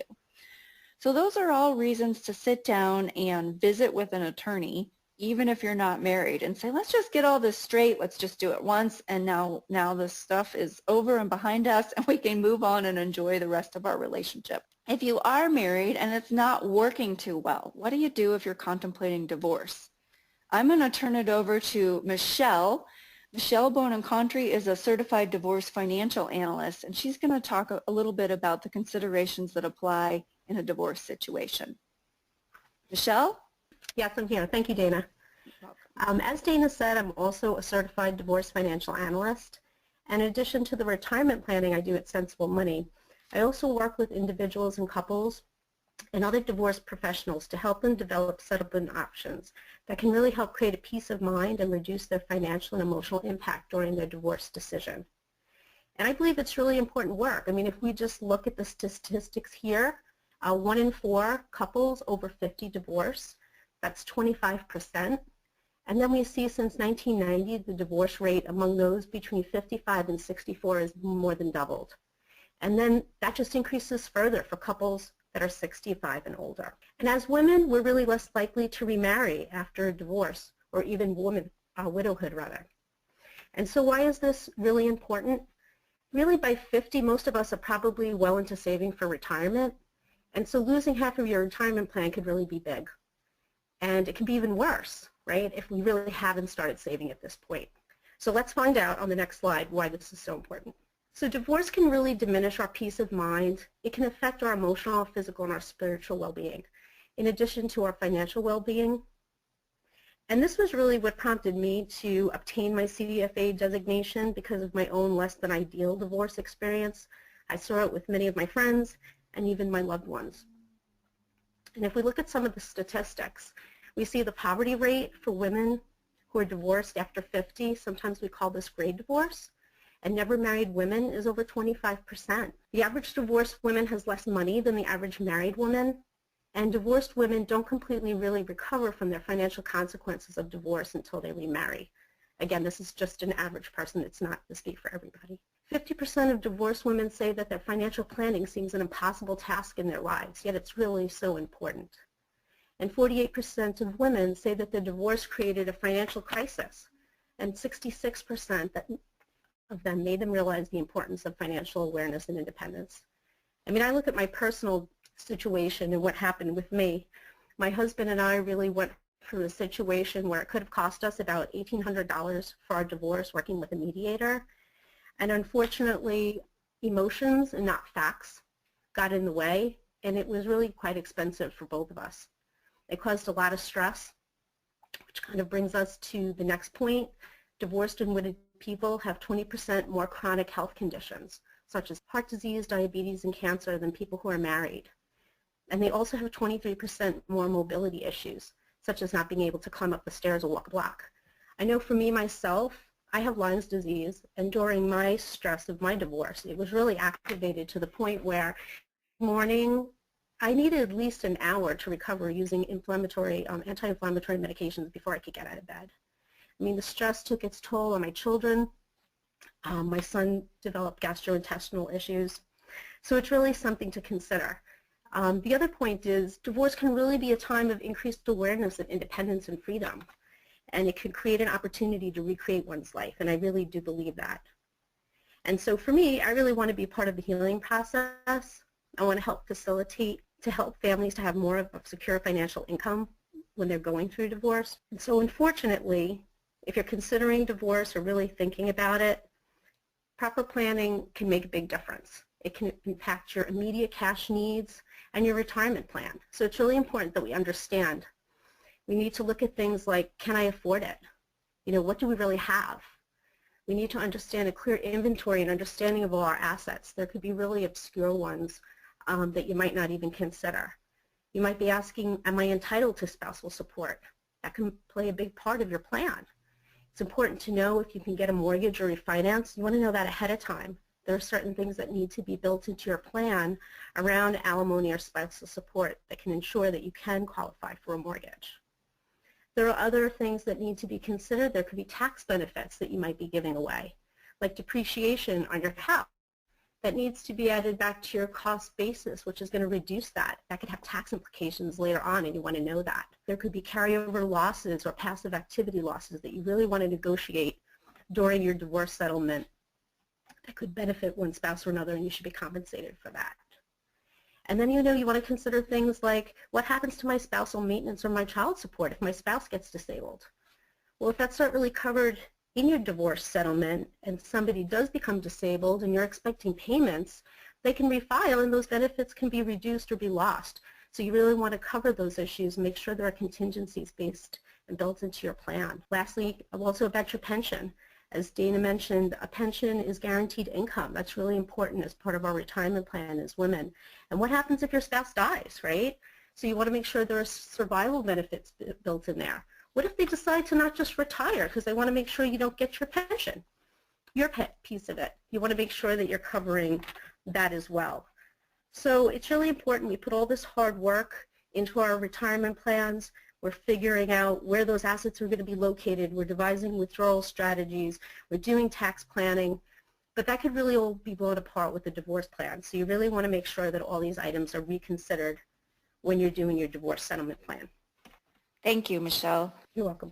Michelle and I have both seen clients that have gone through very collaborative divorce process where they sit down. You know, I have a girlfriend of mine who called it finishing impeccably. She was married for 16 years, wasn't working, but they sat down and they really did it through a mediation process like Michelle was talking about that can be very inexpensive and make sure both parties are left in a good or as good as possible situation.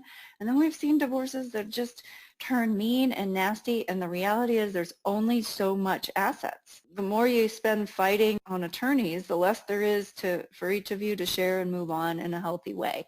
So we're both huge fans of the collaborative process that you sit down and you figure it out together. So moving on, let's talk about women as investors. We actually are better investors than men.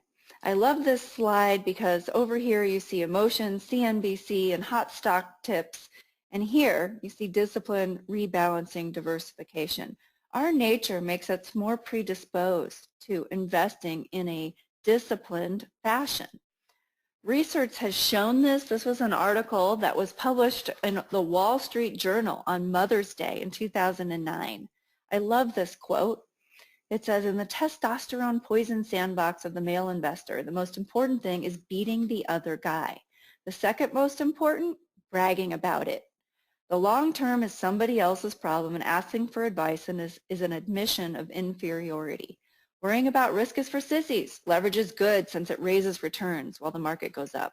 Is it any wonder the male-dominated world of Wall Street has boomed and busted every few years for more than 2 centuries? Well, this one article went on to talk about some of the ways that women put safety first.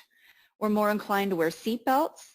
We're more inclined to avoid cigarette smoking, to floss and brush our teeth, and to get our blood pressure checked.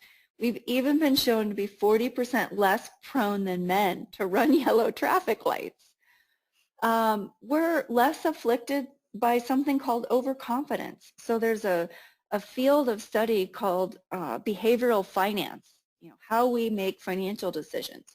And something called overconfidence is where you just think you're better at something than you really are. Reality isn't there. And particularly when it comes to investing decisions, women are more likely to be a little more cautious to understand what it is that we don't know. And so that's a great thing. It's a great trait when it comes to investing decisions. And we're more likely to attribute success to factors outside ourselves, like luck or fate, which, believe it or not, has a lot to do with things. Sometimes, people might talk about buying a good stock and how much money they made, and really they just got lucky. It wasn't skill. And so we seem to recognize that to a higher degree. I want to cover some investing basics. So some of you may be listening and saying, well, yeah, but I don't feel comfortable with investing. I wouldn't know who to talk to, and I don't understand all of this terminology. Well, to make it as simple as possible, there's 3 ways to invest. You can invest for safety, growth, or income. As you move toward one corner of this triangle, you move away from the other 2. Unfortunately, a lot of people don't realize that. So they're out there looking for the perfect investment. They want it to be safe, they want it to grow, they want it to provide income, and it doesn't work that way. The process of building a portfolio is deciding how much do you want to allocate toward the safety corner, and how much toward the growth corner, and how much toward the income corner. So let's take a quick look at each one of these corners. Safety, well, right now the price of safety is low returns.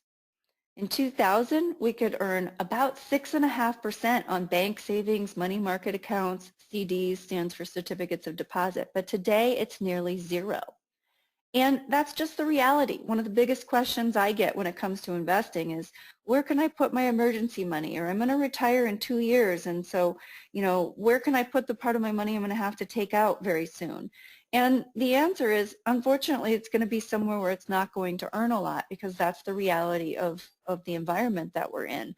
And that's the price of safety. But it's okay to have some money allocated toward the safety corner of that triangle. Then you have investing for income. So if you think of what a bond is, a lot of people are confused and they don't really understand the difference between a bond and a stock. Well, a bond is simply a loan. So if I were starting Dana Corporation and I came to you and I said, you know what, I need you to lend me $1,000 and I'll pay you back in 10 years. That would be a bond with a 10-year term. And let's say I said I'll pay you 4% interest. So that 4%, it's $40 a year, is what's called the coupon rate. So every year I send you a check for $40, and if you own your bond for 10 years, I give you your $1,000 back at the end of the term. That's all a bond is. You're making a loan. What happens on the open market is if you went to sell your bond, so let's say it's 5 years into the term, you've been getting your $40 checks every year, that's the interest and the income portion, and those stay stable. But you didn't have any money in the safety corner, so you go to sell your bond and you go bond for sale, and investors look at you and let's say interest rates have gone up to 6%. And they say, well, I'm sorry, but right now, the going rate's 6% and your bond's only paying 4%. So if you want to sell it to me today, I'm not going to give you $1,000. I'm only going to give you, let's say, $800 for it. But if you're willing to hold that bond to maturity, you'll get your $1,000 back. So I take the time to explain that because right now we'll have a lot of people say, well, I shouldn't own bonds. Well, it all depends on what the purpose is. If you own a bond fund in the form of a mutual fund and interest rates go up, you will definitely see this. But if you have individual bonds like CDs and they're built into a ladder as you near retirement, and for example, if you needed $20,000 a year, that every year you had a bond maturing for the amount of $20,000, then that brings some certainty to the outcome. So there's different ways to use bonds. In the bond fund format, here's an example of what you might expect. So if interest rates were to rise by 1% and you had a 4% coupon bond and had 5 years left to maturity, you would watch the principal value of that bond go down by 4%. Now in a mutual fund, if you needed to sell some of that fund, you would be selling it at a loss. When you own individual bonds, you plan those bonds to be held to maturity. And so even though right there on paper that bond was down 4%, if you were planning to hold it till it matured, that wouldn't matter.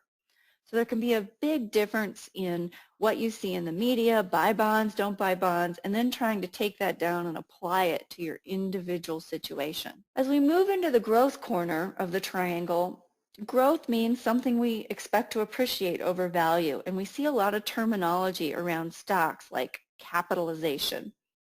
So all a stock is you owning a share of a company that you're likely to buy from on a regular basis. You know, do you ever use Kleenex? Do you put new tires on your car? Do you get gasoline? All of the goods and services that we buy, the majority of them come from publicly traded companies.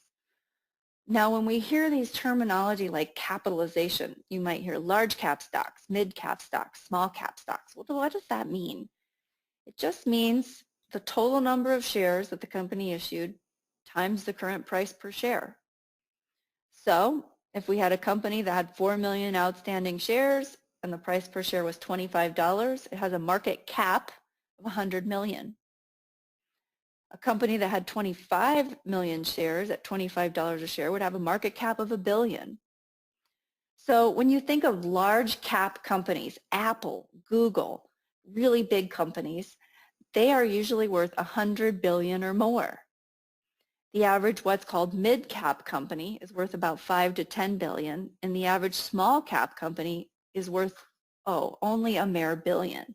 So when we hear terminology like that, they're still really big numbers, but those different parts of the market may move differently. Small-cap stocks have different characteristics than large-cap stocks, and it can be important to make sure that your money is spread across numerous types. And then you hear terminology like an index, the S&P 500 index, the Dow Jones index. Well, what does that mean? An index is simply a ruler. So the Dow Jones is only 30 stocks, and the S&P 500 is 500 stocks. S&P stands for a company. The company is called Standard & Poor's, and they came up with a measuring system. So they look at the 500 largest companies in the United States, and that's what they say is composed of the S&P, and they exchange stocks in and out. So if a company like Woolworths is not booming anymore, they might pull it off the list and replace it with Walmart. And so all an index is a way to measure the performance of a basket of stocks, and it gives you something to measure your own investment portfolio against. There's something called the Russell 2000. It's measuring the performance of 2,000 of the smallest U.S. publicly traded companies. There's something called the Wilshire 5000, which actually has 6,300 stocks, and it's measuring the performance of the entire U.S. market. And then there's international indices. So you'll see this analogy. MSCI stands for Morgan Stanley Capital International, and EFA, Europe, Asia, Far East. So you'll still see this abbreviation related to indices that measure the performance of stocks overseas, whether it be Europe or whether it be emerging markets. When you start to put all of this together, what most people own in their 401ks or IRAs are mutual funds.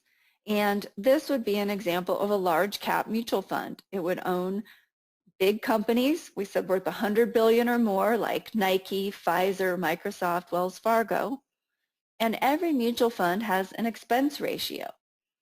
So I use my cookie dough analogy sometimes. It's like you're baking a batch of cookies, you got the cookie dough, I always have to eat some of the dough.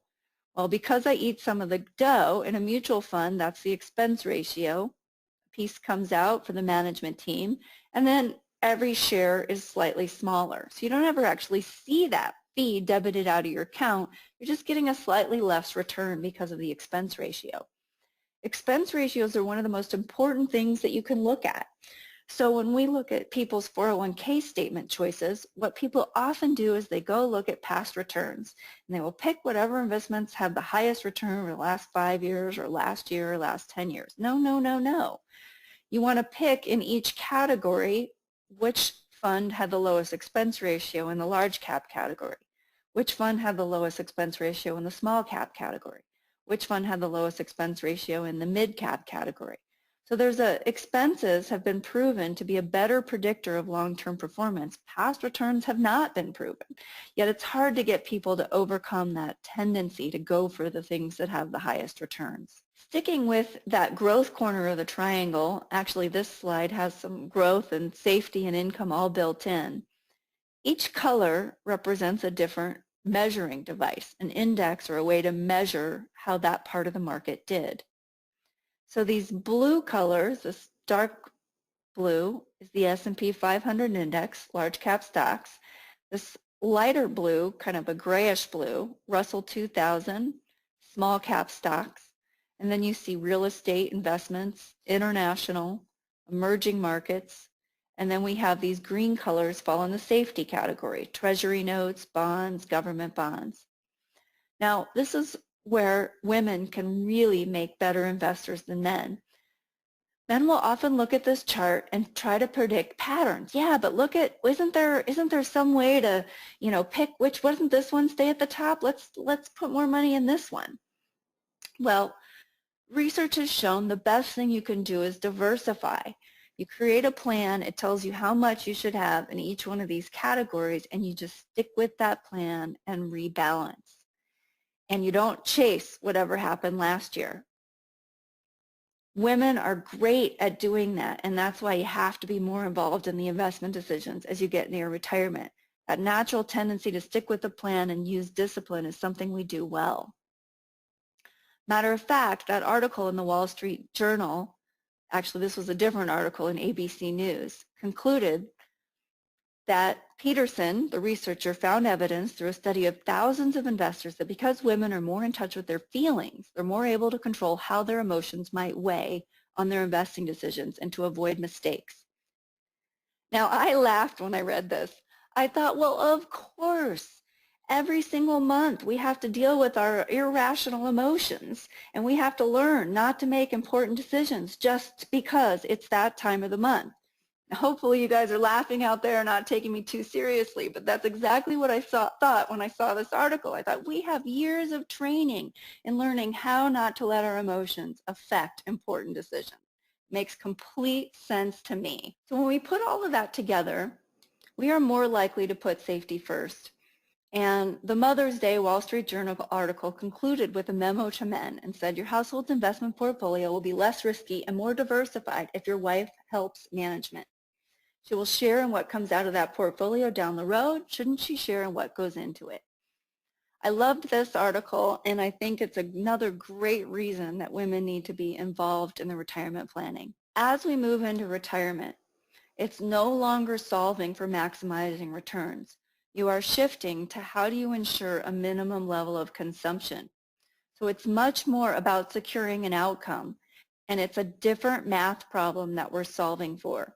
And we are equipped to do very well and make appropriate decisions when it comes to that part of the math problem, if we will take the time and get the research we need and look at the information that we need. So women take charge of the retirement planning. So I love this slide. We are more likely to be single in older years. We talked about longevity risk, that we have longer life expectancies, and Michelle touched on the fact that a lot of women don't remarry after they're divorced or after they're widowed. So the stats are 60% of males age 85 and over are married, and only 15% of women. So this makes it even more important. When I talked about tax brackets and the likelihood that we'll be single later in life, there's a planning tool that we can use. I call it the Wonder Woman of retirement accounts. It's the Roth IRA. If it's a 401k plan, it's called a designated Roth account, and more plans are starting to offer that. If yours doesn't, ask your employer to add it. So funding Roth IRAs are great because later in life, when you go to withdraw money, Roth IRA distributions are not taxable income. They're not included in the formula that determines how much of your Social Security is taxable, and they're not included in a formula that determines how much Medicare Part B premiums you make. So there's what's called means testing with Medicare premiums also. If your income's over a certain limit, you can pay double or triple the Medicare premium that other people pay.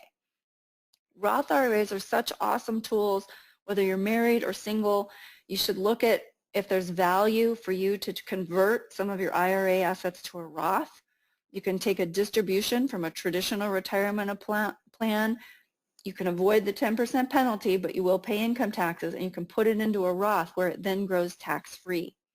So we have seen plans where we were able to add $50, $100, even $200,000 of value by starting to use Roths more and convert IRAs to Roths. The primary difference with a Roth, you pay taxes now, but then you put it in the Roth, it grows tax-free. You never pay taxes on the earning, and it's not included in the formulas later in life. And we touched on the fact that you're likely to be single later in life, which could throw you into a higher tax bracket than what you're used to if you're married now. Or with a traditional retirement account, you're taking a tax deduction when you put the money in, but later you're going to pay taxes. So for women, Roths are fantastic. Another planning tool that we want to look at is related to healthcare and really how women can plan for healthcare expenses. And that is something that Kathy is very passionate about. And so I'm going to turn it over to Kathy now to talk a little bit about how we can plan for our healthcare expenses. Kathy, are you there? I am. When we're working with people and we're looking at financial plans, I think this is one of the areas that we find that people tend to underestimate healthcare expenses. And when we're looking at this slide is from a calculator from the website is hvsfinancial.com. What it's showing here is for a healthy 60-year-old female, what are her healthcare expenses going to be when she turns 65 and starts Medicare. What this calculator shows, I know there's a lot of writing on this screen, but what we're looking at, the calculator shows that a 65-year-old woman will be paying anywhere between $6,800 to just under $13,000. Now the difference can be from where you live in the United States to your coverage that you have as well as your income. But I think this is a big piece that needs to be taken into consideration when you're looking at your expenses going out from 65 and forward. Some of those pieces that make up those dollar amounts are your Medicare Part B premiums that Dana just talked about that are means tested. There's usually a Medicare supplemental premium, there's your dental premium, and then there's your out-of-pocket costs. One thing too I want to point out here is these are costs once you're on Medicare. But I'm actually working with several female clients right now who are retiring before 65. One's 58, we have one that's 60. So they're also looking at what are their health care expenses going to be before they even get to Medicare age. And just remember when you're working, you were paying maybe only about 25% of your health care costs, and that's usually with pre-tax dollars. But now once you're not working and you're paying on your own, you're paying 100% usually, and that's all with after-tax dollars. So this is an area that I want to make sure that you're really taking into consideration, you're planning for. And if you don't use these expenses, at least it can be used as a surplus. The next slide, and I will argue with Dana, when she's calling the Roth account, you know, the woman superhero account, I would argue that it is the health savings account, otherwise known as an HSA. I love these accounts, and when I see clients that have the opportunity to have one of these, I want to make sure that they are maximizing their benefits. What a health savings account is, you're usually eligible for it, you are eligible for it if you have a high deductible health care plan. And there are annual limits, but any money that you contribute into this health savings account goes in pre-tax. And when you take money out of it, when you withdraw, if it's for qualified health care expenses, it comes out tax-free. So it's going, you get both sides. You get it going in pre-tax, and it comes out tax-free. So I would check into this, and it's not for everybody a high deductible plan, but if it is for you, I would certainly see if you are eligible to have a health savings account as well. Another cost that we have a lot of discussions around is long-term care insurance. And a lot of people think of long-term care insurance as when you're going into the nursing home, and that's where that will really start using that insurance. But many people will be at home and they'll still need long-term care insurance because that could be that they need help with cooking or cleaning or dressing.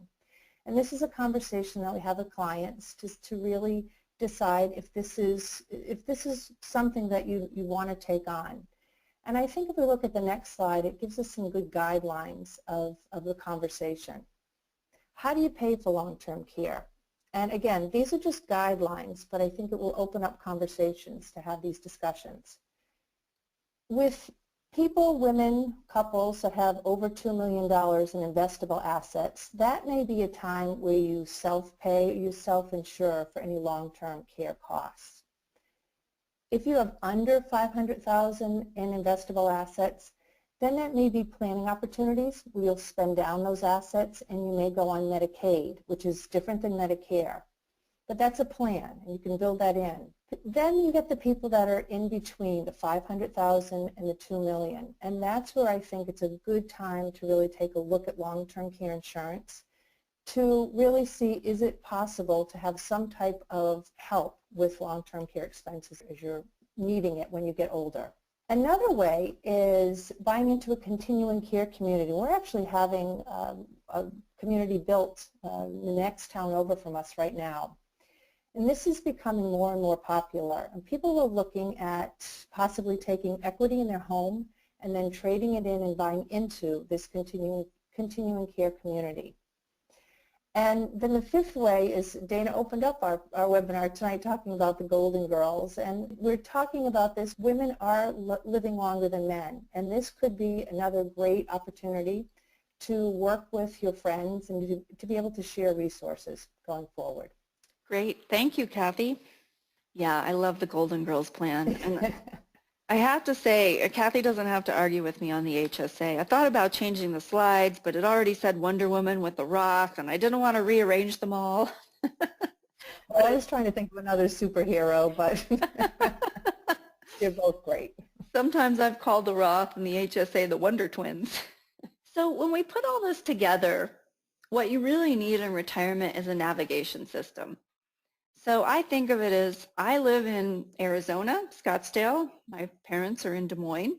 And when I'm flying from here to there, rarely is the plane on course. As a matter of fact, it's a constant set of course corrections. And that is exactly what it's like in retirement planning. So there's no way we can sit down and put a 35-year projection in place and know that every year the numbers are going to look exactly like they look on that piece of paper. As a matter of fact, I often tell people, as soon as we put it on paper, the only thing I can guarantee you is it's wrong. But what I can tell you is over long periods of time, so we have clients we've worked with for 10 or 12 years, we can go back and look at the projections we did and see how, in the big picture, how actually close they are. So in any one year, because the market was up or expenses changed or retirement happened a year earlier or they worked a year longer, yeah, all of the particulars change. But in the big picture, once you have that projection, it's pretty easy to do course corrections and get yourself back on track and have a plan that you're shooting for. So some takeaways. For younger women who may be on the call, or for those that are your children, your grandchildren, have them start in their 20s and get a good education.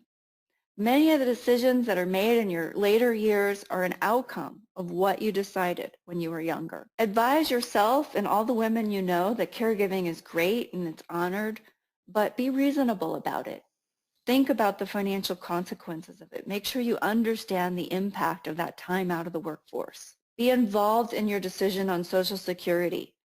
I've had people email me, perfect strangers who got the wrong answer from Social Security, and armed with the right information, they were able to go back in and make a decision that had a big impact for them.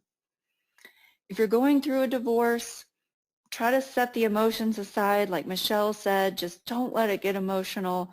Be smart about it. Be calm about it. Do your research and find out how to make sure that, you know, everything works out and you're going to be okay. If you're married, retirement needs to be a household decision. Be involved in the planning. We see many cases where, particularly if it was a woman who didn't spend a lot of years in the workforce, the husband just makes the decision about when to collect Social Security and just makes the decision about the pensions. But those decisions have a big impact on you. You're the one that is very likely to be single later in life, And so make sure you understand the impact and how you can be involved in those decisions. And as we talked about, be involved in the investment decisions. They're naturally suited to approach safety first, which is a great way to look at the retirement years and making sure that you have a plan that helps secure the outcome. If you're looking for help, who do you turn to? We work with some clients, not everybody, but there are several resources. The key thing, I think people ought to look for what's called a fee-only financial planner, meaning somebody who's not charging commissions. There are people who work on an hourly rate. In our case, our services are typically for people who are age 50 and older with $1 million or more in assets. We always do complimentary conversations. There are other online tools, something called the Garrett Planning Network that has a network of hourly planners, for example. The key is making sure that you're working with someone who truly has a fiduciary responsibility to you. They're not compensated from the sale of commissions, the sale of commission products. So we think that you're much more likely to get unbiased, objective advice by talking to someone that truly has your best interests at heart. So with that, we're going to open it up to questions and answers. I'm happy to answer questions about anything, whether we talked about it in the presentation or not. When you type your question in, Kathy will be able to see it, and she will read them off. And amazingly enough, every time I do this presentation for women, the questions always start off really slow.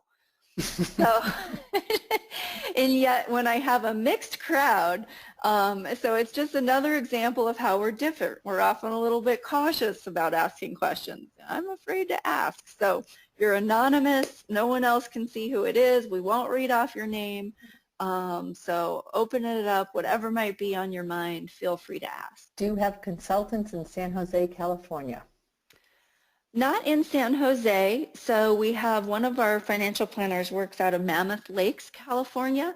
So with our what we call remote clients, just like you're seeing our screen now, we do our planning through this service called GoToMeeting, and we use Box. It's an online secure document storage. So we have a way to upload documents where they're not exchanged via email, which is less secure. And so yeah, we were able to work with clients all over the country. We have clients we have never met face-to-face, but we work with them just like we're doing here on this webinar. What advice do you give someone who wants to retire early? That's a great question. It really depends on, well, honestly, the answer is get a plan in place. So a plan involves what I call a timeline where we're actually projecting out. So, you know, for some people, early could be age 50, could be 55. Some people look at 62 as early. So depending on what early is to you, it's projecting out when you would start Social Security, what other types of guaranteed income you might have, a pension, rental income, and creating an income timeline and then creating an expense timeline. Retiring early, you might have a lot of extra years where you have to cover more healthcare costs, like Kathy was talking about, up until 65 when Medicare kicks in. So if you're retiring at 55, that could be a 10-year gap. So it's laying all of that out in a timeline so you can actually see how the numbers would work, what you would have to withdraw, and that helps you decide how realistic that is. One of the things I always say is there's your values and then there's your plan. And I can have two people with identical financial circumstances. One of them, we might create a plan and say, that doesn't work unless you spend less. And they might say, well, all I have to do is cut back my lifestyle by $10,000 a year and I can retire now? Yippee! And they're willing to do it. And the next person might look at the exact same scenario and say, no way, you know, I like the extras that I can afford. I'd rather work longer. So getting that plan in place helps you make the decisions that match up with your values. Okay, and the questions are coming in now, Dana. How do we decide if we need a trust versus a will if we're still married? So I always defer that decision to an attorney. I have added an entire estate planning chapter to the second version of my book, Control Your Retirement Destiny, that's coming out. And I talk about this in there. If you don't have, so some of the key differences, most of the time, just by the way you title your accounts, so joint tenants, or you can add what's called a transfer on death so that assets go directly to your children. you can accomplish the passing of assets without a trust. But a trust has some unique features, particularly in the case that you are incapacitated, that would name the trustee that could just easily step in and take over. So without knowing all the nuances of your situation, is it a second marriage? Are there children from previous marriages? Are there most of your assets in IRAs and 401ks where the trust wouldn't apply, or most of your assets outside of those accounts? All of those help figure out whether a trust is worth it to you or not. This question is, I follow Paul Merriman, formerly of DFA. I'm not willing to hand over my assets for management. Can I find equivalent funds at Fidelity? And with that, is there an advantage to ETFs versus funds? Both have expense ratios. You know what? So we have your email address. I believe there is a new set of ETFs that are fairly close to what DFA does. I can see if we can follow up with you on that. It would depend on whether Fidelity offers them or not. So what DFA is, for those of you who are going, what does this question mean? DFA, Dimensional Funds, is a fund family that only works with fee-only advisors and pension plans. So as a retail investor, you cannot get access to dimensional funds. They're most often compared to Vanguard in the news. They've had a phenomenal track record. They're not actively managed funds. They're passive, like an index fund. And they've historically earned back their mutual fund fees. And they have a lot of Nobel Prize winners. It's a very academic approach. It's not about beating the market. It's not about it's not about beating the market in terms of picking the best stocks. They're very well renowned. They're one of the 10th largest fund families in the US. A lot of people haven't heard of them because as a retail investor, you can't buy them. And so for those who don't want to work with an advisor, they don't get access to DFA funds. And so that's what this question was around. So there are some exchange traded funds that will somewhat mimic DFA's approach of weighting toward small cap stocks, toward value stocks, toward high profitability stocks. And I'll see if I can find out what they are called, and then we can email you separately if I can find that information. Okay, this one is Social Security, Dana. I retired at 62 and later got a job where I earned over the earnings limit. I ended up being overpaid and my benefits were suspended, but shouldn't I still get part of my benefits during the year? Well, it's possible, but they can, I can't remember exactly off the top of my head. It's basically they can take back $1, I think, of benefits for every $2 over the limit that you earned. So I don't know without doing the math whether you should still get some or not.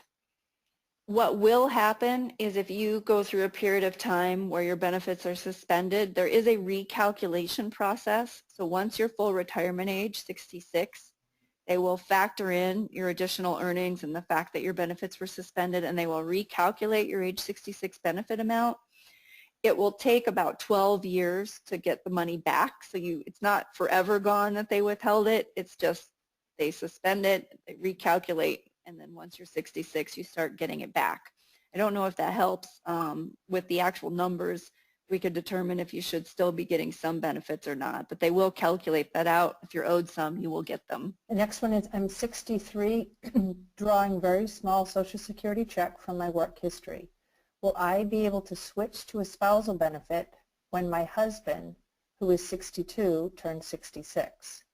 Will it be 50% of his benefit since I'm already receiving my benefit? Here's how this works. So you're drawing your benefits. As long as your husband hasn't filed yet, you are not eligible for spousal benefits until he files. So at the point that unless he's already filed at 62. If he's waiting. Sorry, Dana. I think it said he's going to wait until he's 66. Okay. So if he's waiting to file and he files at 66, at the point that he files, you automatically become eligible for a spousal benefit. Since you are already claiming your own, there's a separate calculation that the benefits go through. So you will, if 50% of his is more than what you're getting, you will likely get more benefits than what you're getting now, but it may not work out to exactly 50% of his because you filed early. So there's still a penalty for filing early, but there's also still a calculation because now you're eligible for spousal benefits. Unfortunately, Social Security is super complicated when it comes to this stuff. And when it comes to actually calculating the numbers, we put it all into software so that we can see what the numbers are instead of trying to do a Venn diagram to get through all the rules. How much do you charge per hour after the complimentary conversation? So we don't do hourly planning anymore. Our minimum pricing on a full plan is $4,000. It covers a series of 3 strategy meetings. And we have done hourly planning in the past, and right now, just where our expertise is at, it's not a good fit for the type of services that we offer. So unfortunately, we do the whole plan. We've encountered too many situations where we looked at a piece of it, but we can easily end up giving the wrong answer because that piece is impacted by the tax and by this and by that. And without looking at the whole situation, we just don't feel comfortable giving piecemeal advice. So we made a decision not to do that anymore. I am 62 years old, was married for 28 years, divorced, and he has passed. His Social Security is more than mine, and she makes $75,000 a year at work currently. If I receive his Social Security at 63 and defer mine until 70, is this better? So if you're still working, believe it or not, this is one that's pretty easy to answer. Most likely the best strategy for you is going to be file for widow benefits at 66. So if you file now, you're just going to give them all back. You're going to be so far over the earnings limit, you're going to file and not get any benefits. There's no point. So file at 66 for widow's benefits, a restricted application, and then at 70 you would switch over to your own. For widows in your situation, that is almost always the best strategy. Is it possible and does it make sense to file a restricted application against an ex-spouse's Social Security benefits when the amount of the ex-spouse's benefits would be less than mine? Until I reach age 70, I would have to take more income from my investment assets to close the income gap. But when I reach 70, I would receive much more Social Security income. Yes, it's entirely possible that that would make sense. I think that the person asking this question, we might actually be working with you doing a plan. So if that's the case, we will answer this question and run you through our software definitively. But theoretically, yes, there are many cases where it would make sense to use an ex-spouse's benefit, even though it's less than your own, because your own, since you haven't filed for them yet, are accumulating delayed retirement credits. And between 66 and 70, it's an 8% a year increase. It's a significant increase. When we run all of that out, there are many, many cases where it makes sense to take a lower spousal benefit and then let your own accumulate and then switch over to your own at 70. I think there's one question coming in about our email addresses, and I think if that's, it said, are the Sensible Money email addresses on the presentation? This one, info@sensiblemoney.com, goes to Jody, and she will get any questions out. So if you do want to email us, that's the best one to use, and then she will know who to send it to. There is another one came in, Dana. I am a widow. I have a new advisor who I feel means well, but talks down to me. Help. Well, that's not the first time I've heard that. I'm so sorry to hear that. You know, I have an article on Money Over 55 that talks about questions to ask an advisor, and one of the things that I suggest is ask them to explain a concept to you. So I don't know, anything. The key is, you know, ask them to explain to you what the difference between a stock and a bond is. Ask them to explain what a mutual fund is. I mean, it could be something that you already know. It's probably better if it is something that you sort of know. And you're just simply looking for that exact thing. Are they talking down to you? Are they genuinely interested in making sure you understand the answer? And I encourage people to work with people they can understand. You want to understand the answer. It's not just about the information. It's, you know, do they care about you? Do they care that you understand? We all make better decisions if we understand. You know, my suggestion to this person is that you would interview new advisors and find someone that you really feel comfortable with and that you feel like they're going to answer your questions and really be concerned that you understand the answer and not talk down to you. You don't want that. Not good. Any other questions? Anyone have anything that they'd like to type in before we finish up? I think that's it, Dana. Great.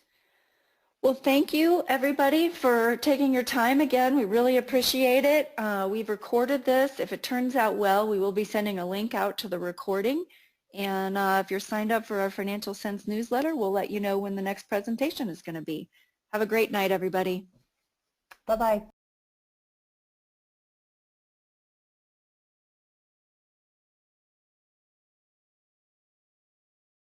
Good evening, everyone, and welcome to tonight's webinar. By popular demand, tonight's topic is planning for healthcare costs in retirement. I'm Nancy Fellinger, and I'm one of the financial planners here at Sensible Money. Dana Anspaugh is among the nation's leading experts on the subject of retirement accumulation, and she will be presenting tonight.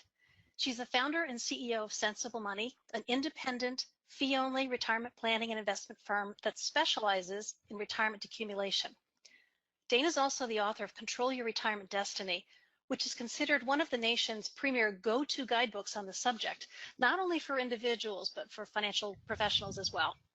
Control Your Retirement Destiny is also now available as a podcast, and you can hear it on iTunes as well as several other podcast services. Tonight, Dana's in Scottsdale, Arizona, and I'm in Pawleys Island, South Carolina. We have Sensible Money team members in other states as well. And with the same technology that we're using tonight, we work with clients all across the country. You'll have time at the end to ask questions, and please feel free to add them to the chat box as we go. Tonight's webinar will be recorded, and we'll follow up with a link to it within the next several days, along with a copy of tonight's presentation. We know that this is a topic of great interest to you, and we really believe it will also be of great value. So with that, let's turn this over to Dana and get started. Thank you, Nancy. Well, where I want to start off today is to talk about one of the idiosyncrasies that we all have. I love this Andy Rooney quote, and it's actually the quote that kicks off chapter 8 of my Control Your Retirement Destiny book. It's paradoxical that the idea of living a long life appeals to everyone, but the idea of getting old doesn't appeal to anyone.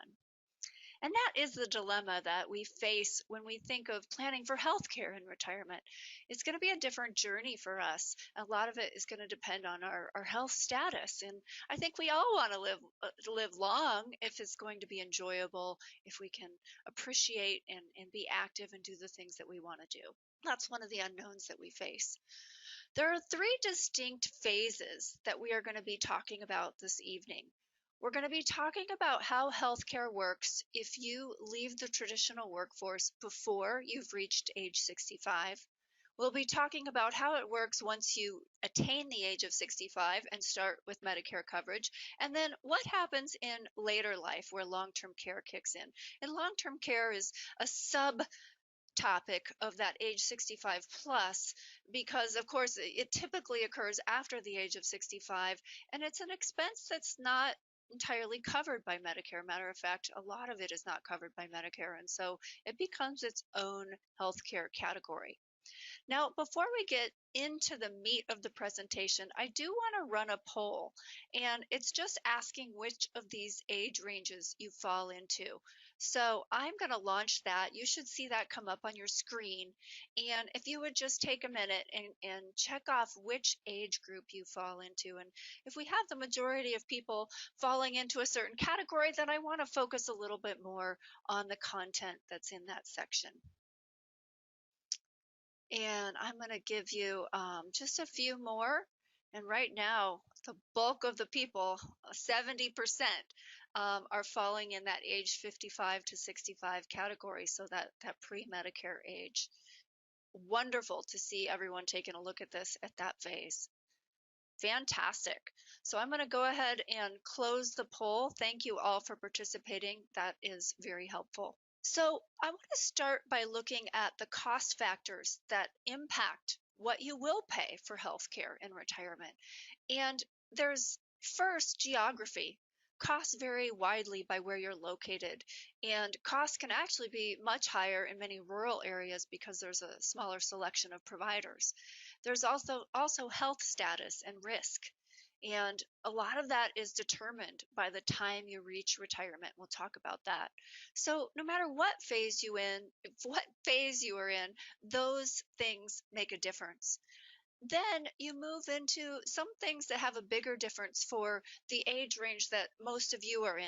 And that's that pre-age 65, but perhaps you are thinking of leaving the traditional workforce. And what's going to impact your cost at that point, in addition to health status and geography, is going to be whether you have employer provided or employer subsidized coverage available to you, and your retirement age, and if you're married, that of your spouse. So those factors are going to impact what total cost you'll need to plan for. And then once you get to the age 65 plus range, you're going to have your choice of Medicare coverage, and there are choices. We will cover those.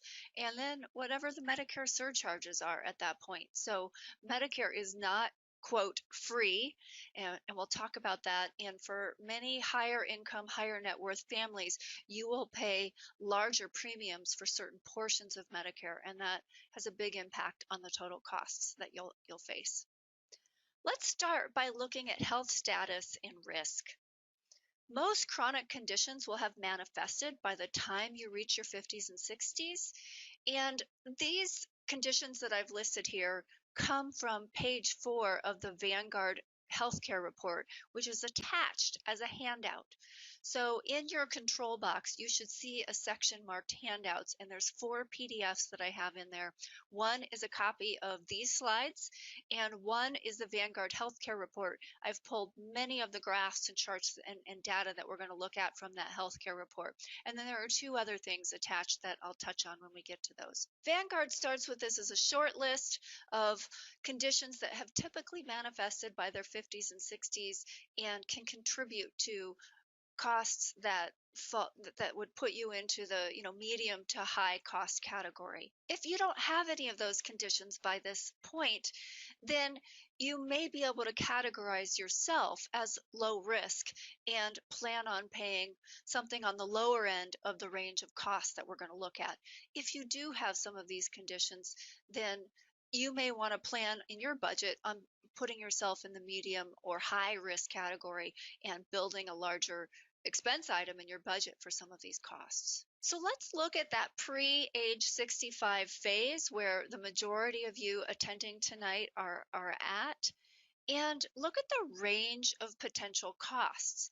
So this particular phase of retirement is what the media, and I can't remember the author that started it, but he calls it the go-go years, where you're typically active. Even if you're retired, you're traveling, you're spending more during these years. The amount you're going to spend on healthcare needs to be factored in to that. So what you're looking at here is a screenshot from the Vanguard report that is attached, and the first section is showing you the potential cost for someone who is on a healthcare.gov plan, this marketplace bronze or silver. So the healthcare.gov, sometimes referred to as the Affordable Care Act plans, or years ago referred to as the Obamacare plans, is what these costs are referring to. And if you do not have employer subsidized retiree health care coverage and you don't have coverage available through your spouse, then you're going to probably go online to healthcare.gov and figure out what plans are available in your state. If you fall in the medium risk category, the dark blue represents Vanguard's estimate. These were 2018 costs of the total premiums you would pay, and then the lighter blue represented out-of-pocket costs. And then you'll see the silver plan. You pay more in premiums, but that potentially lowers your out-of-pocket costs. So in a more catastrophic health event, as you pay more in premiums, the idea is that your complete out-of-pocket in an event with a lot of healthcare costs is actually lower. Then you have here this category that if we don't have employer-sponsored coverage, we're all envious of this. And I have clients who have retired from some very large organizations, AT&T, for example, who it's amazing for themselves and their spouse. They're paying less than $5,000 a year in premiums. And so if you have that opportunity, that's fantastic. It is definitely saving you money if you work for it. And it's about 1 in 4 large employers that offer some form of retiree subsidized healthcare costs. If you are in a career where you could perhaps move to one of those employers, there's an option. There's one way to say, well, that's a big factor in your total compensation package if you were to work there for a certain number of years and then know that you could retire, let's say, at 60 or 62 and have at least 3 years of these lower costs. But look at the difference over here for people that do have health conditions. You can pay $20,000 instead of $13,000 on a bronze plan, or $17,000 instead of $12,000 on a silver plan. So the types of health conditions you have definitely make a difference. And we will be looking at the marketplace plans a little more closely. And I also see some questions coming in, and Nancy, feel free to interrupt me if you see questions that you think are relevant. So one that just caught my eye was, does that figure include a reduction for subsidies? So that, I believe, question is referring to the healthcare tax credit. And no, I don't believe that that includes any subsidies. We will be talking about the healthcare tax credit, how to qualify for it, and we'll be walking through a case study on that. So my understanding is that does not include the impact of any subsidies. You're pre-age 65, you're thinking about retiring before you reach age 65. What are your options? Well, one thing to keep in mind, if you do have employer-covered healthcare, your employer may be paying 50 to 90% of your premiums. And that's a lot. We see people that are shocked by how much it costs when they have to bear those costs themselves, or the full extent, 100% of the cost themselves. One thing to consider is if your employer has more than 20 employees, then when you leave, COBRA coverage should be available.